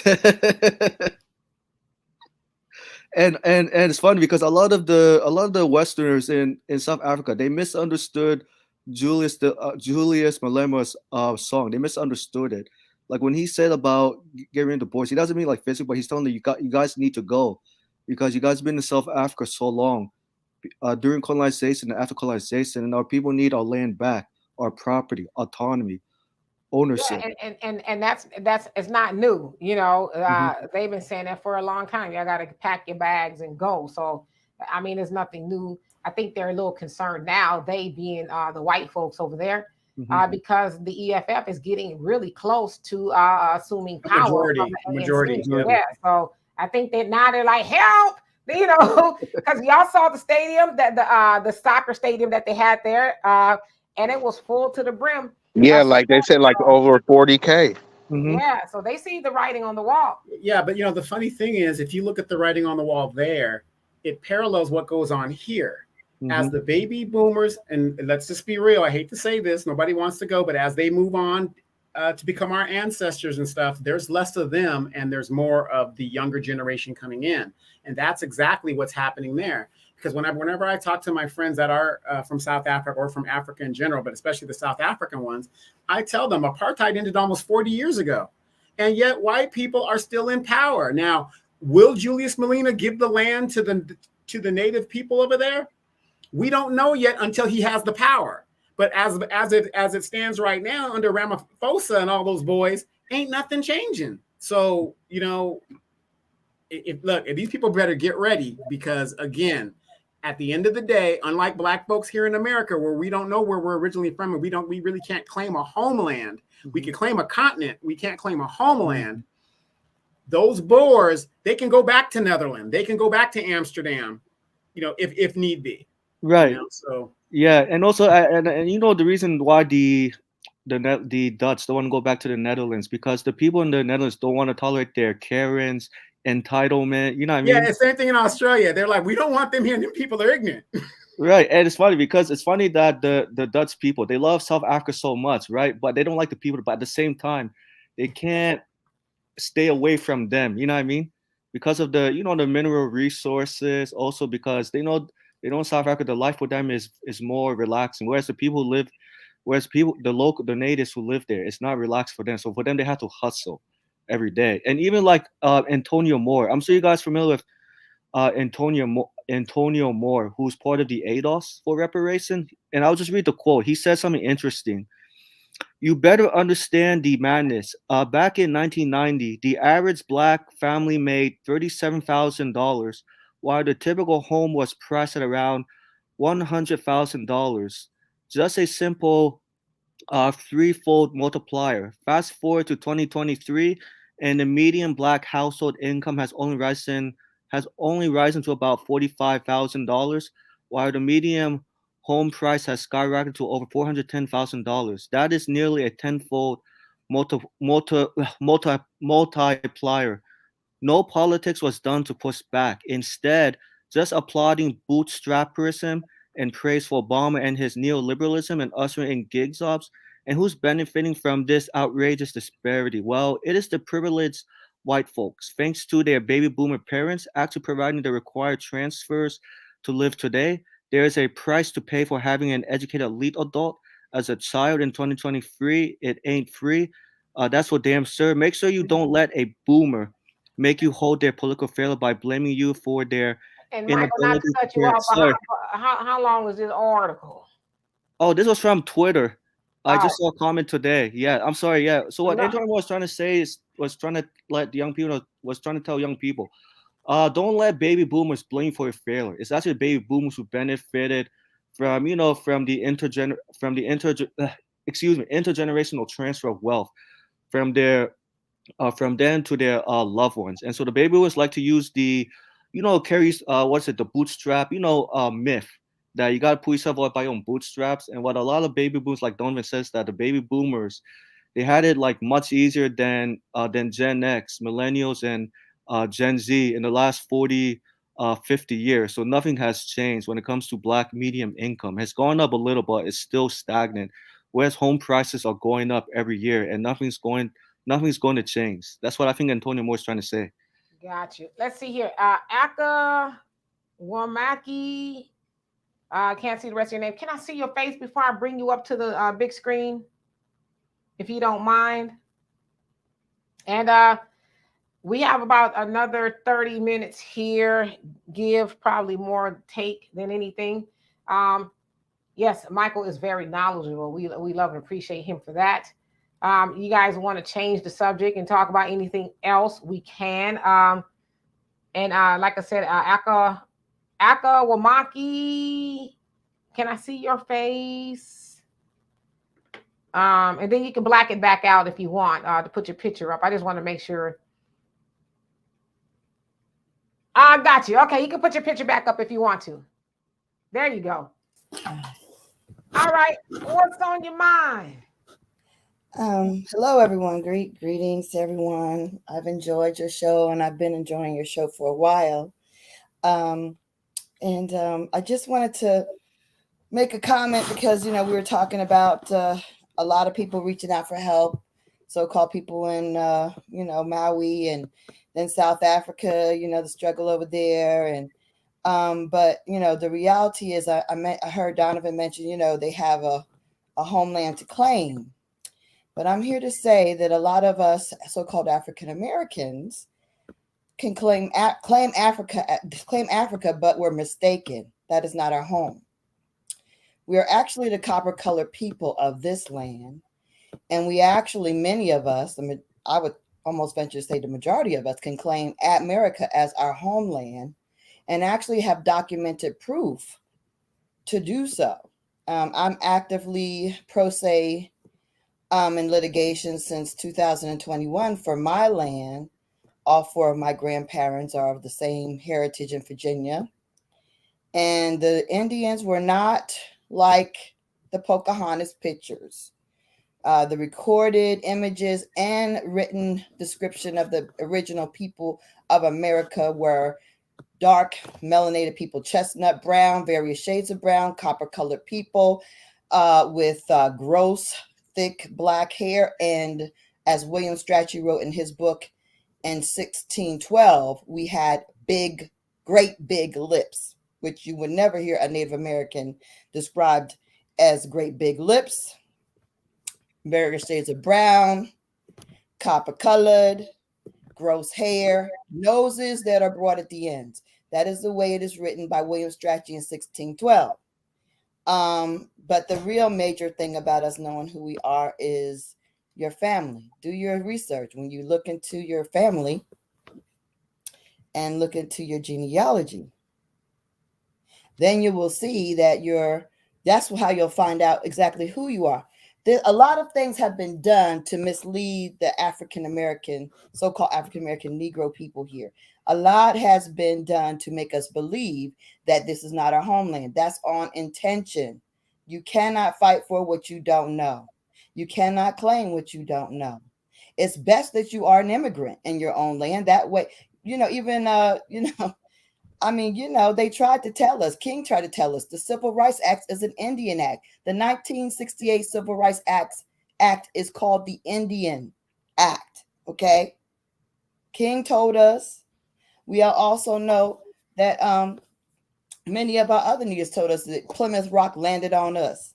We have to understand that if we actually do the research beyond the lies that we're being told, then we would actually, have the understanding of who we are, and then proceed to kind of find out exactly what you are, who you are, what you actually have in this country. Your inheritance is sitting there waiting for you. They just don't want you to know it. I close my mic. Absolutely. Well, thank you so much, sister, for that. Yeah, you're absolutely right. There's a lot of us who are indigenous to America. So not all of us were, our ancestors rather, are snatched from Africa and brought over here. So no, that's absolutely true. And I guess I get the argument of a lot of people, saying go back to Africa, whatever the case is. And you're right. This land does belong to Black people, as well as Brother Jonell said, the whole planet is ours. So we need to claim that as well, because everybody comes from us. But I think the other argument too is, well, let's blow this joint, right?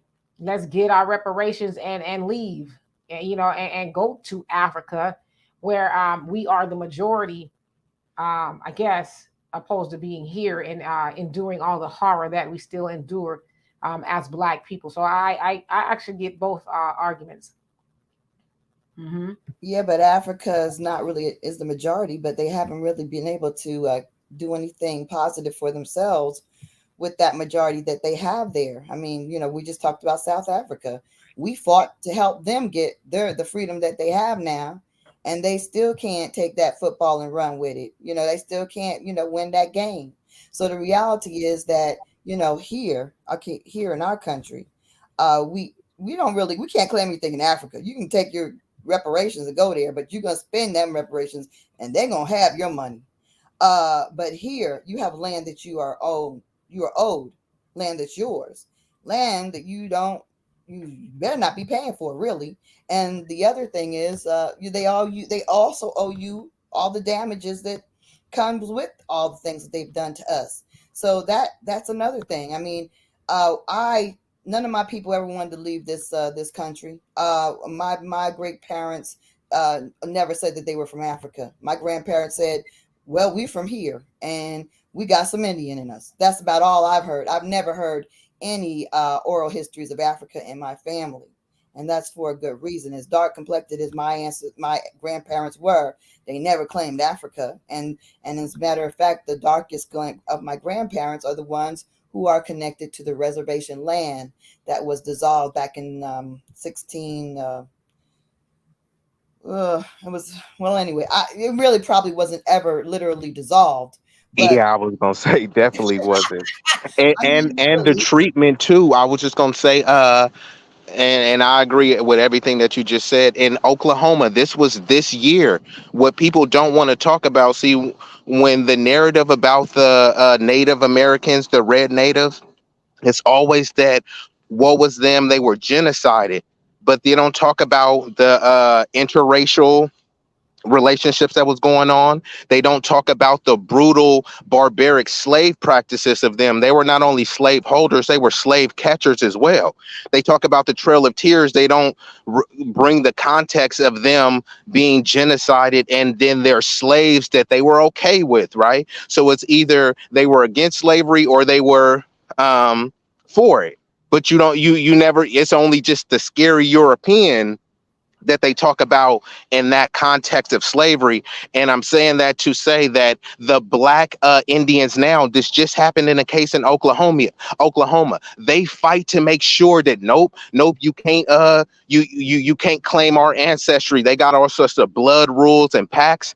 But when you look at I don't remember the year, but just look up the Dawes roll. That's how that $5 Indian phrase came up. They have no issue with the white people paying to say I present to you Elizabeth Warren. They have no problems with them. But if you try to claim what you're actually entitled to, like this is what my ancestry and lineage really is, you get nothing. And this is the last thing I'll say. Even if you look in that COVID bill, they're getting reparations today. Currently, they've always been getting reparations. Anyone could just Google how many times has Native Americans got reparations. They get all sorts of tax subsidies, sovereign land. In the COVID bill, they got 20 billion allocated just towards like certain tribes. And Joe Biden said reparations is off the table unless it includes Native Americans. I'll land with that. Let me clarify that and speak to what he said, especially since he kind of preempted me. But let me say that first of all, I'm not Native American. Native Americans and American Indians are not the same people. The people of the plains, those Native Americans. First of all, there's 3 different types of Indians, or at least 3. The first ones are the indigenous people that came all the way across, all throughout the seaboard, from the top Maine or whatever, New England, all the way down to Florida, around across out Louisiana, down through Texas, Arizona, all the way to California, and through the middle of the country, the middle south, the middle of the country in the south. Those were the Negroid American Indians. Those people, these are first contact people of America. The second type of Indians that there are the Native Americans. There's 2 different types of Native Americans. The first type of Native Americans are those that were created by the U.S. government after the Revolutionary War.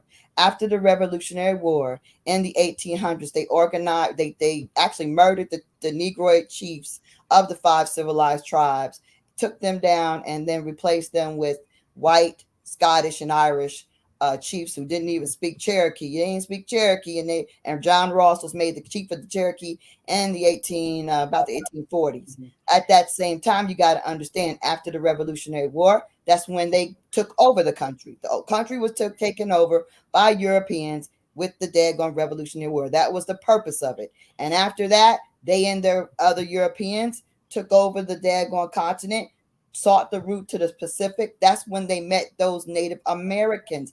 They didn't know about those Siberian Native Americans that existed in the Great Plains until after 1806 with the Louisiana Purchase. So those are different people. Yes, they give them lots of funding, or, they give it and they take it away. I'll tell you the truth. They give them money, and then, secret as it is, they take that money from them, from having communication and relationship with those people. I know that the government may put a bigger show of what they give, but they also will retract that money just as fast as they give it. But those people do get funding, but it's because they're stooges. They're standing in the place of the real. And let me say this, not to cut y'all off. My dear brother Joe Nell, he has an excellent point, and that's kind of why I tried to give both sides of the story, because as he said, don't worry, sister, it will all come to us as it's written.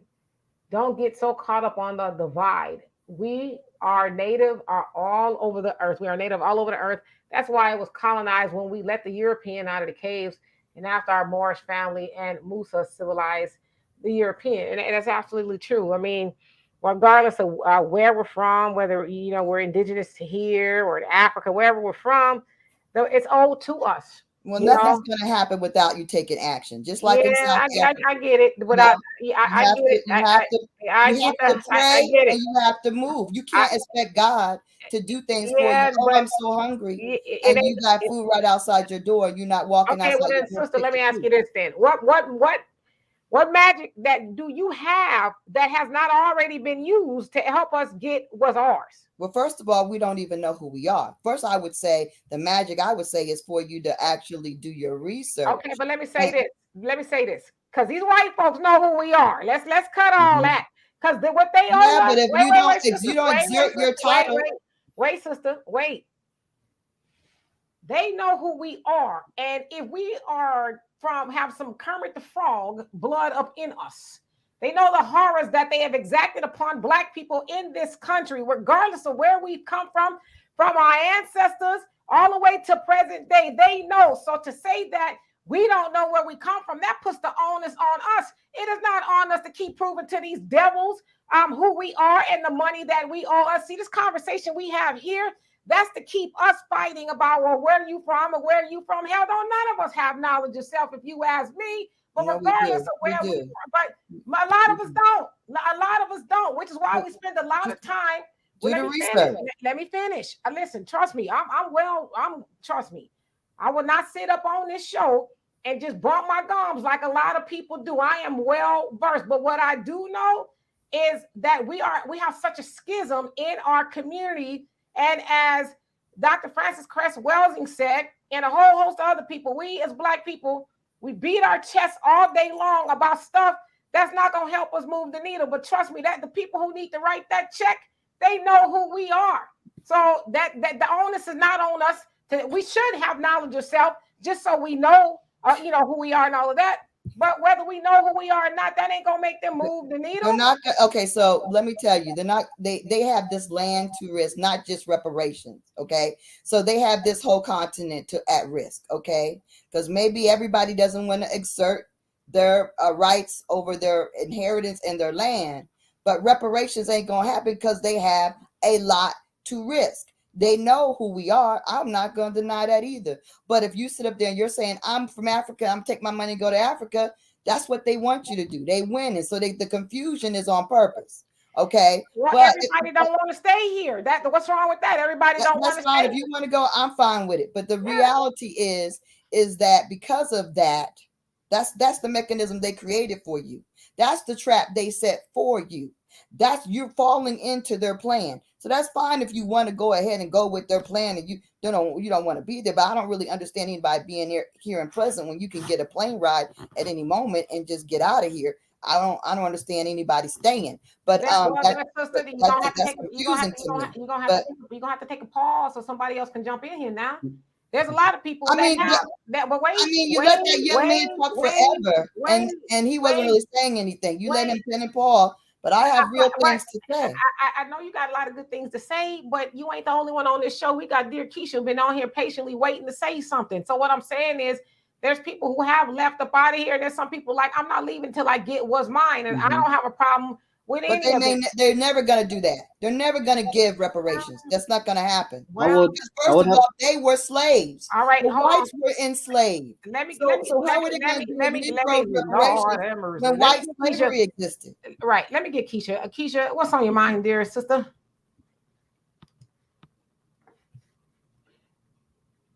Keisha. Miss Carwood, you there? You ever see that video where the people they're waiting for a thing and they fall asleep? Yeah, but wait, hold on. That dating show. Let me see if Keisha. I don't, for whatever reason, she's not on mute, so I don't know. Maybe we lost the connection. You want to reconnect? Or reconnect and come on here and speak your mind. Good conversation though so far. Yeah, I mean, there you go. There you go. Oh, I've been saying hello and chatting, and then you guys couldn't hear me. We can hear you now, love. What's on your mind? Well, let me just start over. I am so happy to be here and that I didn't miss you. I've been missing you guys, and I love coming here because this is like one of the only places I hear these types of conversations in depth. And so I want to thank you all for allowing us to just share our heart, first of all. So thank you, Demetria. Thank you, Donovan. This is an amazing show. Thank you, first of all, for that. You're welcome. And then I just wanted to add, I'm glad that we're all I'm glad that we are all actually waking up and that we're passionate about who we are inside of me. And this is just my feeling. I'm not trying to put it on anybody else. But in doing our research, we know that this landmass was one at one point, and that what is now known as North America, Central America, and South America was called the Maghreb. It was just the westernmost part of Africa, and that North America was the North Gate. So it's not that we are so much different people. We are just a separated people. And that's how I feel about it. I'm not trying to make anybody else feel that way about it. That's just the way I take it. And I'm just so happy to hear Black people talk about being a more, because I don't hear that. Even when I look at the dollar bill, every time I flip a dollar bill over and I see our seal, it does something inside of me. I don't know if it does it to anybody else, but it does it for me. And even in that, when I was little, I didn't know that. It took me to be an adult to find that out. So just that sense of oneness and understanding of who you are. I don't think we need to use these things to separate us. I think we need to use it as a way to bolster and support each other in whichever part. If you want to stay, if you want to go, however your feeling is, you're my people and I stand with you. So that was my 2 cents. We should have brought you on sooner, sister. Because I'm right. Regardless of where you're from or where you're told you're from, where you learned that you're from, and then what you do with the money you get and where you go, that's on you. Like, I don't have a dog in the fight. I wherever you go on this planet, I wish you a peaceful journey and happiness and all the love. I wish wherever you go that you don't ever have to deal with trauma of white supremacy or trauma from anywhere. I really feel like that. But I just think sometimes, and this is not to anybody specific, I just think sometimes we spend too much, Donovan, you already know. I just think sometimes we spend too much time on being divisive. And at the end of the day, I mean, we are one, whether we believe it or not. I know there's some sectors of people out there who like, I'm this or I'm that. I'm just here. How about that? I'm just happy to be here. Right. Yeah. Well, I'm sorry that you see it as a division, but the reality is that, I just want people to know what kind of power you can have as actually organizing yourself as your indigenous people. That's the only way we're going to be able to self-protect. That's the only way you're going to be able to say, I'm out of your jurisdiction, and protect each other. Like that brother he was talking about, I don't know if he's indigenous to Florida. I don't know his history. I don't know his background. But if he was actually indigenous to Florida, then he could organize himself as a people that he actually is. And then that in court, he would be able to make a different type of stand. And in this country, you can make a different type of stand. I don't say that because I'm just making it up. I'm saying it because we've been able to stand up in court in criminal situations and protect our people. And that's just a recent occurrence. And that's something that I've only recently learned by repatriating my people. And I'm trying to share something that will benefit people. It's not something negative, it's something positive. I don't really understand why it's hitting you that way, because it really shouldn't. Because we really should be in a position where we can self-protect and we can represent each other and protect each other and reclaim what's ours. But if that's a negative thing in your eyes, then I'm sorry that you see it that way. I don't think that is necessarily negative. I'm just more or less like, the onus is not on us to figure out where we're from and all that other stuff. They know they owe a debt to Black people, whether you, like I said, I don't want to be repetitive, but they know they owe us the debt. And I just think when we keep, and I'm not begrudging anybody of anything. I can't tell anybody what to do, But I hear this conversation a lot, and at the end of the day, they owe us the money regardless. We've done enough convincing them. What's gonna make them do it? They haven't done it in all this time. You tell me. You tell me. What's gonna make them do it? They're just not. Because if they're gonna let everybody else jump in front of us in line with all these new races, immigrants, whether they're Asian, Ukrainian, they all get reparations. Japanese, everybody gets reparations. Everybody can get some except us. So what's gonna make them change? You know what's gonna make them do it? And this is actually not a new idea. Okay, the Honorable Marcus Garvey's birthday was not too long ago, and he has said it: "Up, you mighty nation, accomplish what you will." All those other people that you just spoke of, y'all know I'll get tired when I have to lay back in my chair. Let me sit up. The thing that other people have, you not get tired. You have more work to do after the show, so keep going. You ain't lying. It's a lie. I do. I got, man. But the thing that's going to make us pixelating. Sorry, the thing that's going to make us do or them do something is our unity, and we know that it's been said it's not a new idea that our unity is a threat to them. So as soon as we get on one accord and we say, hey, we're not going to continue voting for the Democrats that do nothing for us. We're going to stop fighting with each other over the black man ain't this and the black woman ain't that and all that other. As soon as we get on the same page, then we're going to move the needle. But they know as long as we're disjointed and we argue about everything, including the time of day at 6 o'clock in the afternoon, they're going to sit back and watch like, oh, okay, them Negroes ain't never going to get on the same page. And a lot of times they're driving that. So I'm not saying that we should not know these things. I'm just saying that at some point in time, we got to get on the same page. That is what Marcus Garvey didn't unify anyone. Marcus Garvey. That's a lie. That's a lie. No, it's not. It's a lie. Hired by white supremacists. Wait. See, one thing, and everybody who's been on this show, what we're not going to do is lie. We're not. Wait. Oh, that's not a lie. It is a lie. No, there's pictures of him with Walter Plecker. What are you talking about? I'll bring it right up. I'll show you the picture. Listen, ma'am. He didn't even go to Africa. Ma'am. Where did he go? Ma'am. He went to England, where he came from. He did not die in Africa. He did not go to Africa.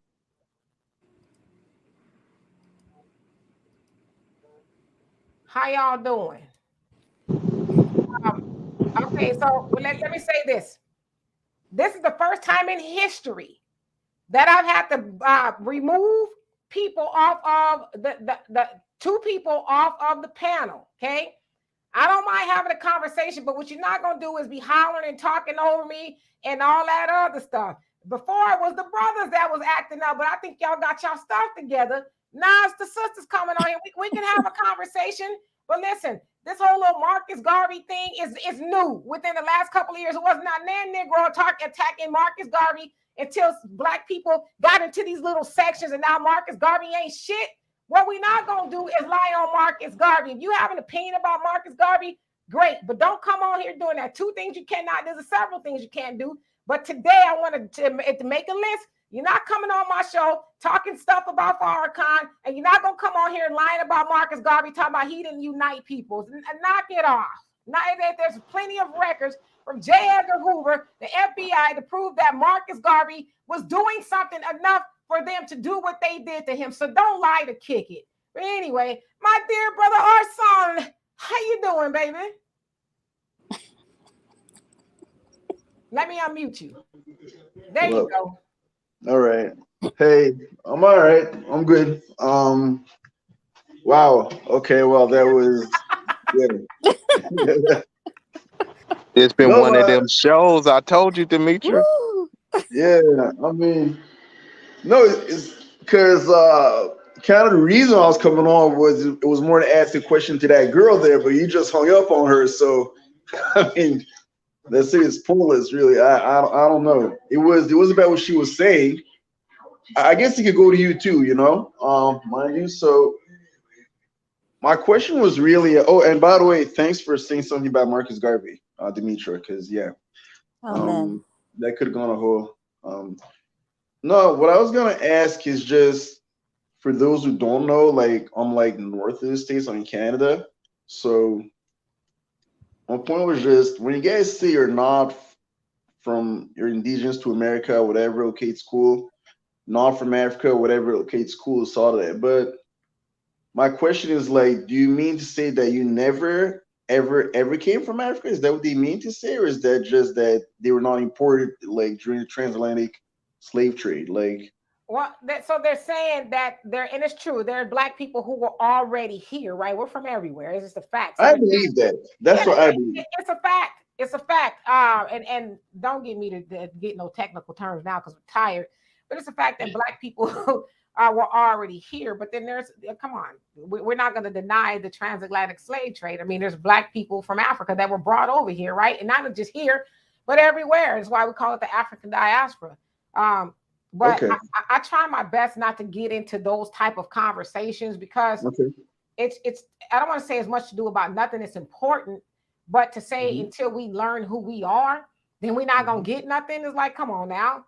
That puts the ball in our court. Well, until you get in these books and learn who you are, these white people gonna write a check. They're not gonna do that. We know what's gonna make them write a check, and that's our unity. Exactly. And they've been doing everything since we got here for the most part, or were brought here to make sure that we were never unified. And I mean, look what Black people got unified during the Black Wall Streets and all that. Look what they did. And even to this day, they're like, y'all not gonna tell me that it ain't some white people that sit on the internet pretending to be Black, sowing discourse amongst Black people. Whether we argue about the Black man, the Black woman, the this, the that, we argue about everything. It's like at one point in time, do we just say, Black people, let's get on the same page? Let me tell y'all something. White supremacy. I sound like Fire Marshal. What's his name? Fire Marshal Bill. Let me tell you something. White supremacy. When they pull a Black man over, he ain't gonna say, Arson, are you from Canada? Are you a United States Negro? Are you a recovering Democrat or are you a conservative? They ain't checking about that. They like, oh, right, because this will focus on race. Yeah, so but we need to understand that white supremacy, they're not checking off the dots before they put their knee on your neck. They don't care. Right. So until we get on the same page, we always gonna have the same problems. I mean, it's just I don't get it. Yeah. No, you're right. It's just that it's maybe not just here, but many like different chat rooms and stuff like that. Like where there's videos here and there, like a lot of them keep pushing that, we're not from Africa, not this, not, and they're like putting the vial and everything and all. I'm like, I understand that, not every situation is the same exactly everywhere and everything, but she's not the first person to say anything like that. So I was just wondering like how far it goes and stuff like that. But the way you said is the way I looked at it was, there was Black people here before, but I also believe that they imported someone. I believe that too, because, and I mean, my mentor told me anyway that Columbus admitted that there was Black people already on the island when he first came here anyway. So I mean, he did it later in his life, but apparently there was Black people here before he came along. So it's like nobody's. Oh no, go ahead. I was going to say nobody's saying anything different. It's just that I sense some type of like wanting to separate everything, like kind of like the sister was here just before, like on that level. And I was like, and some were saying, no, we don't come from Africa at all. And I was like, when you say at all, do you mean like, I'm like, I understand you didn't come like since like the 1500s or so, but I mean, before everything, at some point you were in Africa too, but they were saying no. And anyway, whatever, I guess I'll never know. I was gonna ask her, like the lady was talking before, but whatever. Yeah, and I mean, with due respect, I mean, the reason why Africa is in the state that it's in is because a lot of them is calling some Black Americans Akatas and other types of words. There's a lot of tribalism going on there. Even in Nigeria, how many tribes? They're separating themselves. They're the same people, but separating themselves by a different tribe. So I think that's why some people are saying, hey, look, if y'all don't even deal with these internal feuds, how are we going to get on code? I'm not saying that's the right or wrong approach to have, but that's looking at it, from a balanced perspective. And I would like to, I was also going to add that, or expand on that. Yes, Marcus Garvey want his people to return back to Africa, because to them that's their homeland. Also, it's liberation, because he knows that once slavery, he understood that slavery ended, right? And then, okay, it's fine, slavery ended. Then what's going to happen?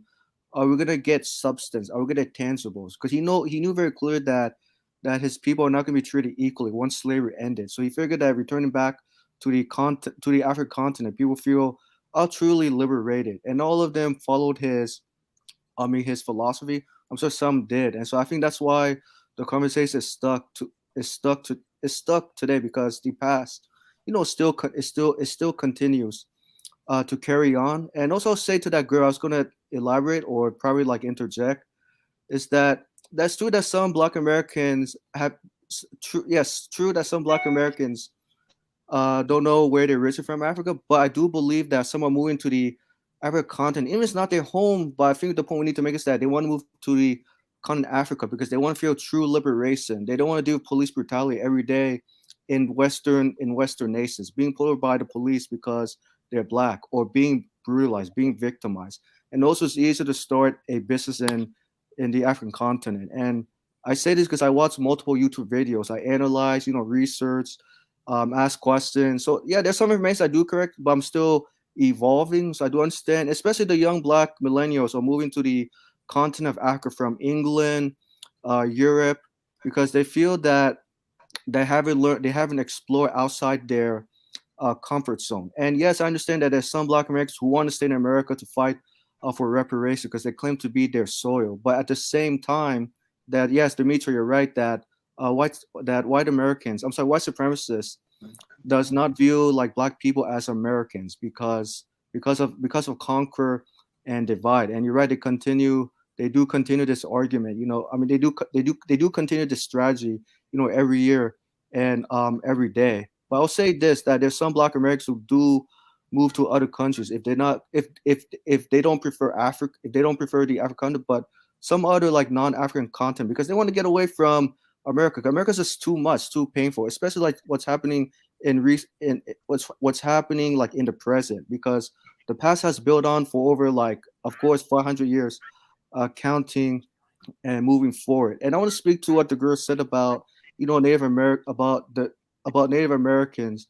claiming Native Americans receiving land, etc. Because their people actually march together and they're not very divided on getting land. And also the Native Americans have an Indian health services. That's why I think they're so united together. And also the Native Americans actually own slaves too.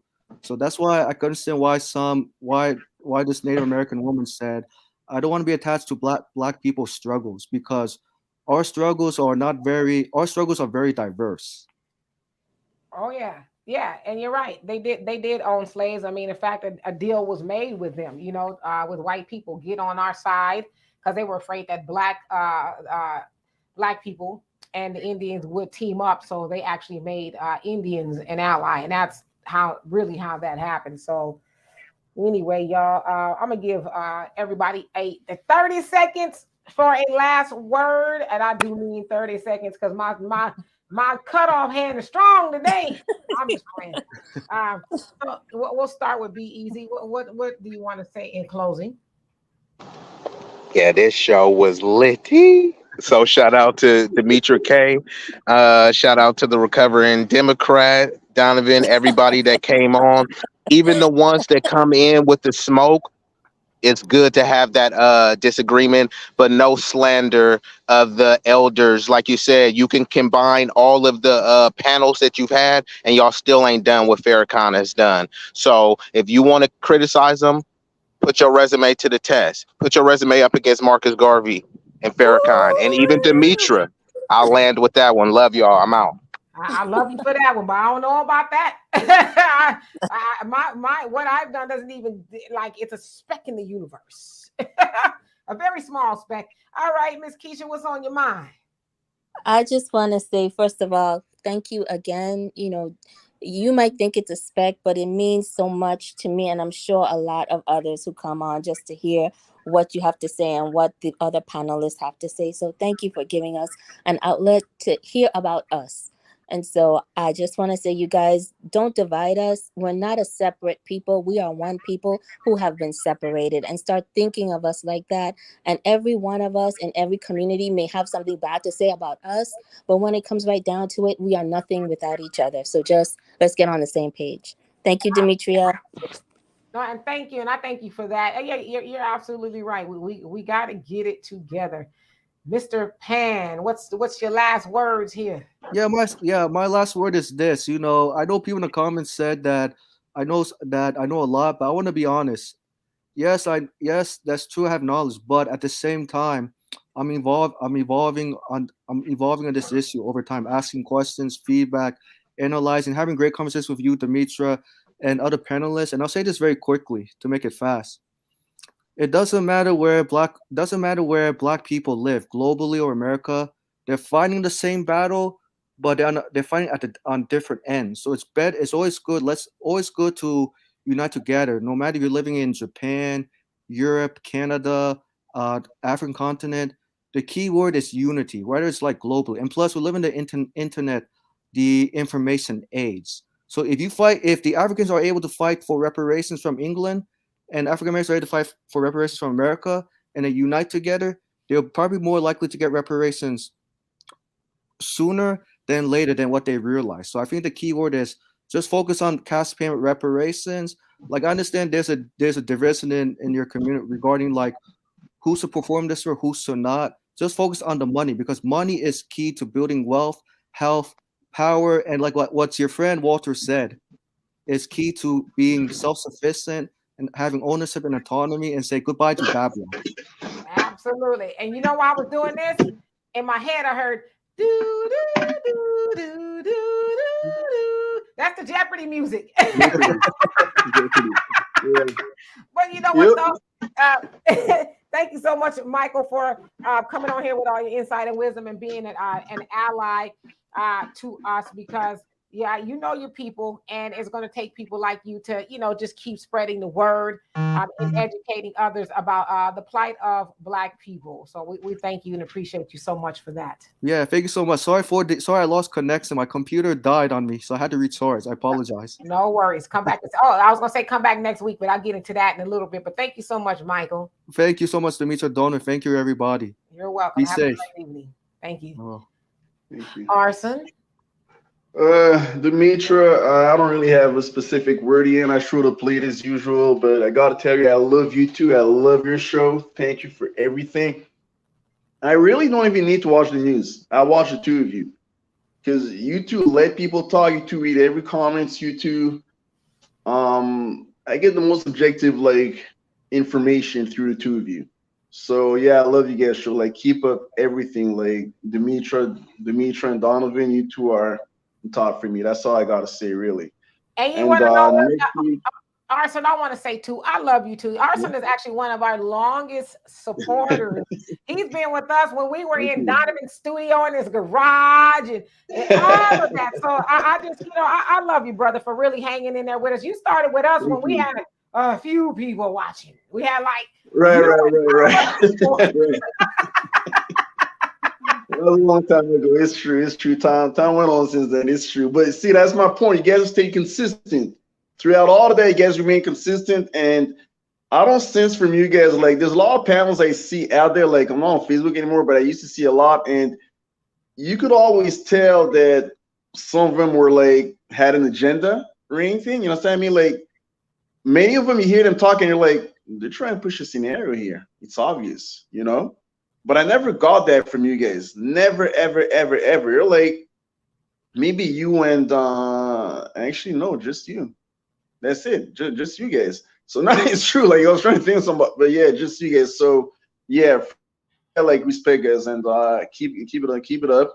But next week though, I will have a question about that was my other question I was gonna put in the comments. It was about the fight there, the Alabama fight there.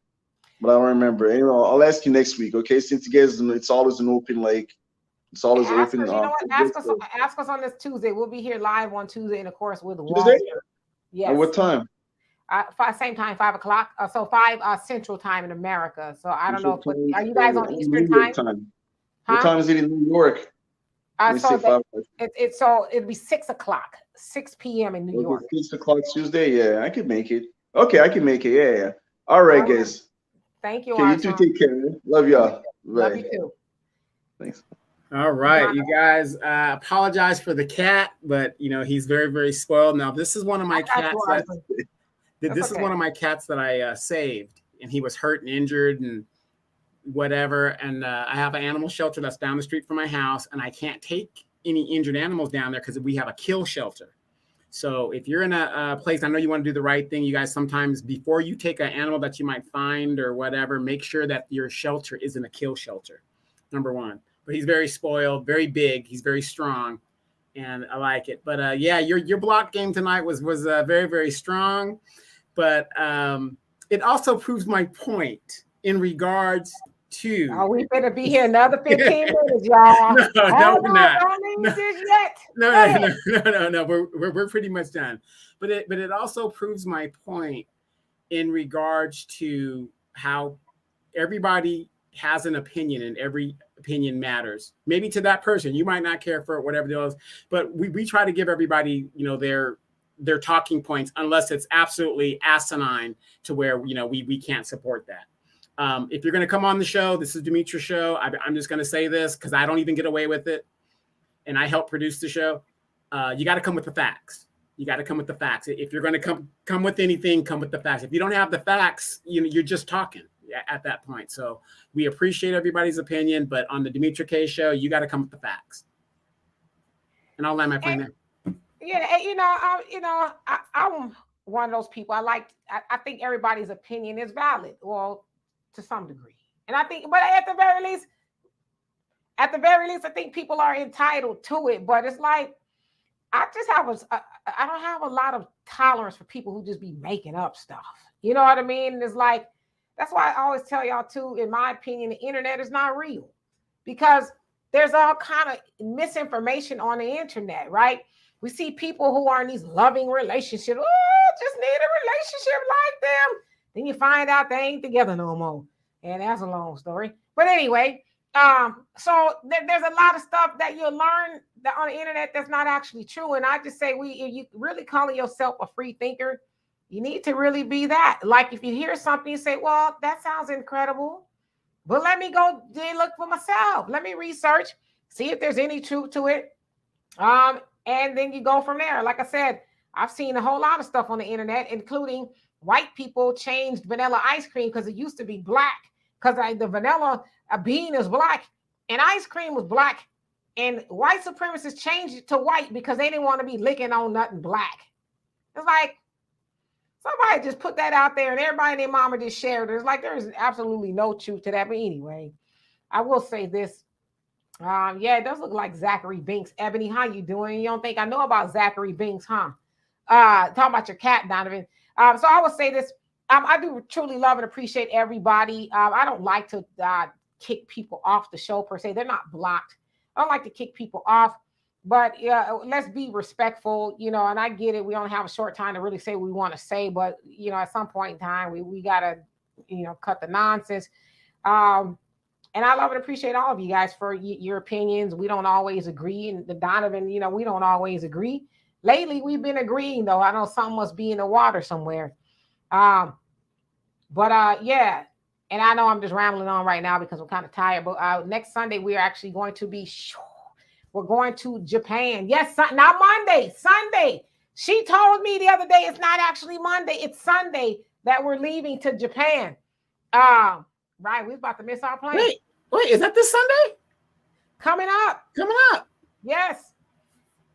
So I got jury duty. I think I got jury duty too, but I ain't gonna be there. Okay, gotcha. There you go. Unless they want to like Skype me in from Japan or whatever. So we'll be in I'll be on our way to Japan. Of course, we'll try to go live or something while we're out there, show you guys what we're doing. We're gonna visit Donovan, my daughter, and I. But as I said, this is everybody's show. It's not my show per se. This is everybody's show. Everybody has an opinion. You can say what you want, but let's just not be foolish and all that other stuff. Donovan and I have done this for a very long time, believe it or not. I actually started doing this in my room. I had when Facebook, I was just on Facebook Live where I had my phone and I had it propped up on a little thing or whatever, and I would go live on Facebook, and then it just went from there. And Donovan, for about a year, was like, "You got to go larger. I got a studio. Come over here." So from that point, I started going over to Donovan's house in the studio, and we still had my little phone, and we were close together and on the phone. And then we started going to YouTube and so on and so forth. And that's really how it started. And hopefully the show goes larger, and I'd like to take every last one of y'all with us. I'm not one of those people, as Brother Arson said, I don't have an agenda. I don't even ask you guys for money half the time. I got the thing down there, but I watch a lot of people showing it like, hit the cash app, hit the cash app, hit the cash. I'm not doing it for that. What I'm doing is for free. Let me tell you another thing. Before I started doing the show, when I lived in California, every Sunday, my daughter and I would be on Venice Beach because I love Venice Beach. So we drive out there, be in the drum circle, get a contact because they smoking weed. I don't do that. But, that's what I do with my Sunday. And I haven't been to Venice Beach since like 2015, 16 on a Sunday because I'm doing this. But I'm saying all that to say I do this because I love it. I love you guys. I love sharing knowledge. I love learning stuff, and I don't do this for money.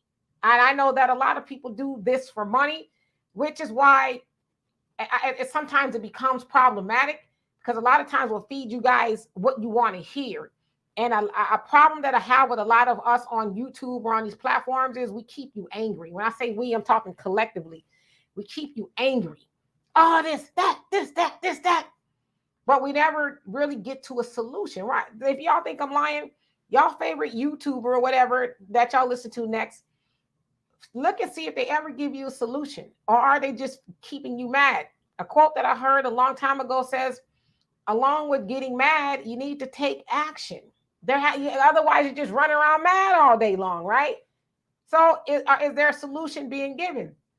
I like to think that we try to go through some solutions here when we can, right? But I'm never going to sell you guys an agenda. And trust me, as I always tell people, and Donovan knows me, I got the gift, I just got the gift to communicate. I can very easily, man, y'all know how much, I would be paid. Oh my God, I have so much money. Check this out. Oh, you Black people need to stop blaming white people for everything. At some point in time, you guys just need to do what you're supposed to do. Slavery has been over a long time ago. And, you guys weren't slaves. Candace Owens? Yeah. You know how much money I would have? How about this? The Black man ain't shit. Sisters, go on out there and get you a white man. Cynthia G? They going to treat you right. These Black men that washed up, they making babies and they're leaving them and they beating up Black women and all. Please do not take a snippet of this and put this on the internet, because this is satire, okay?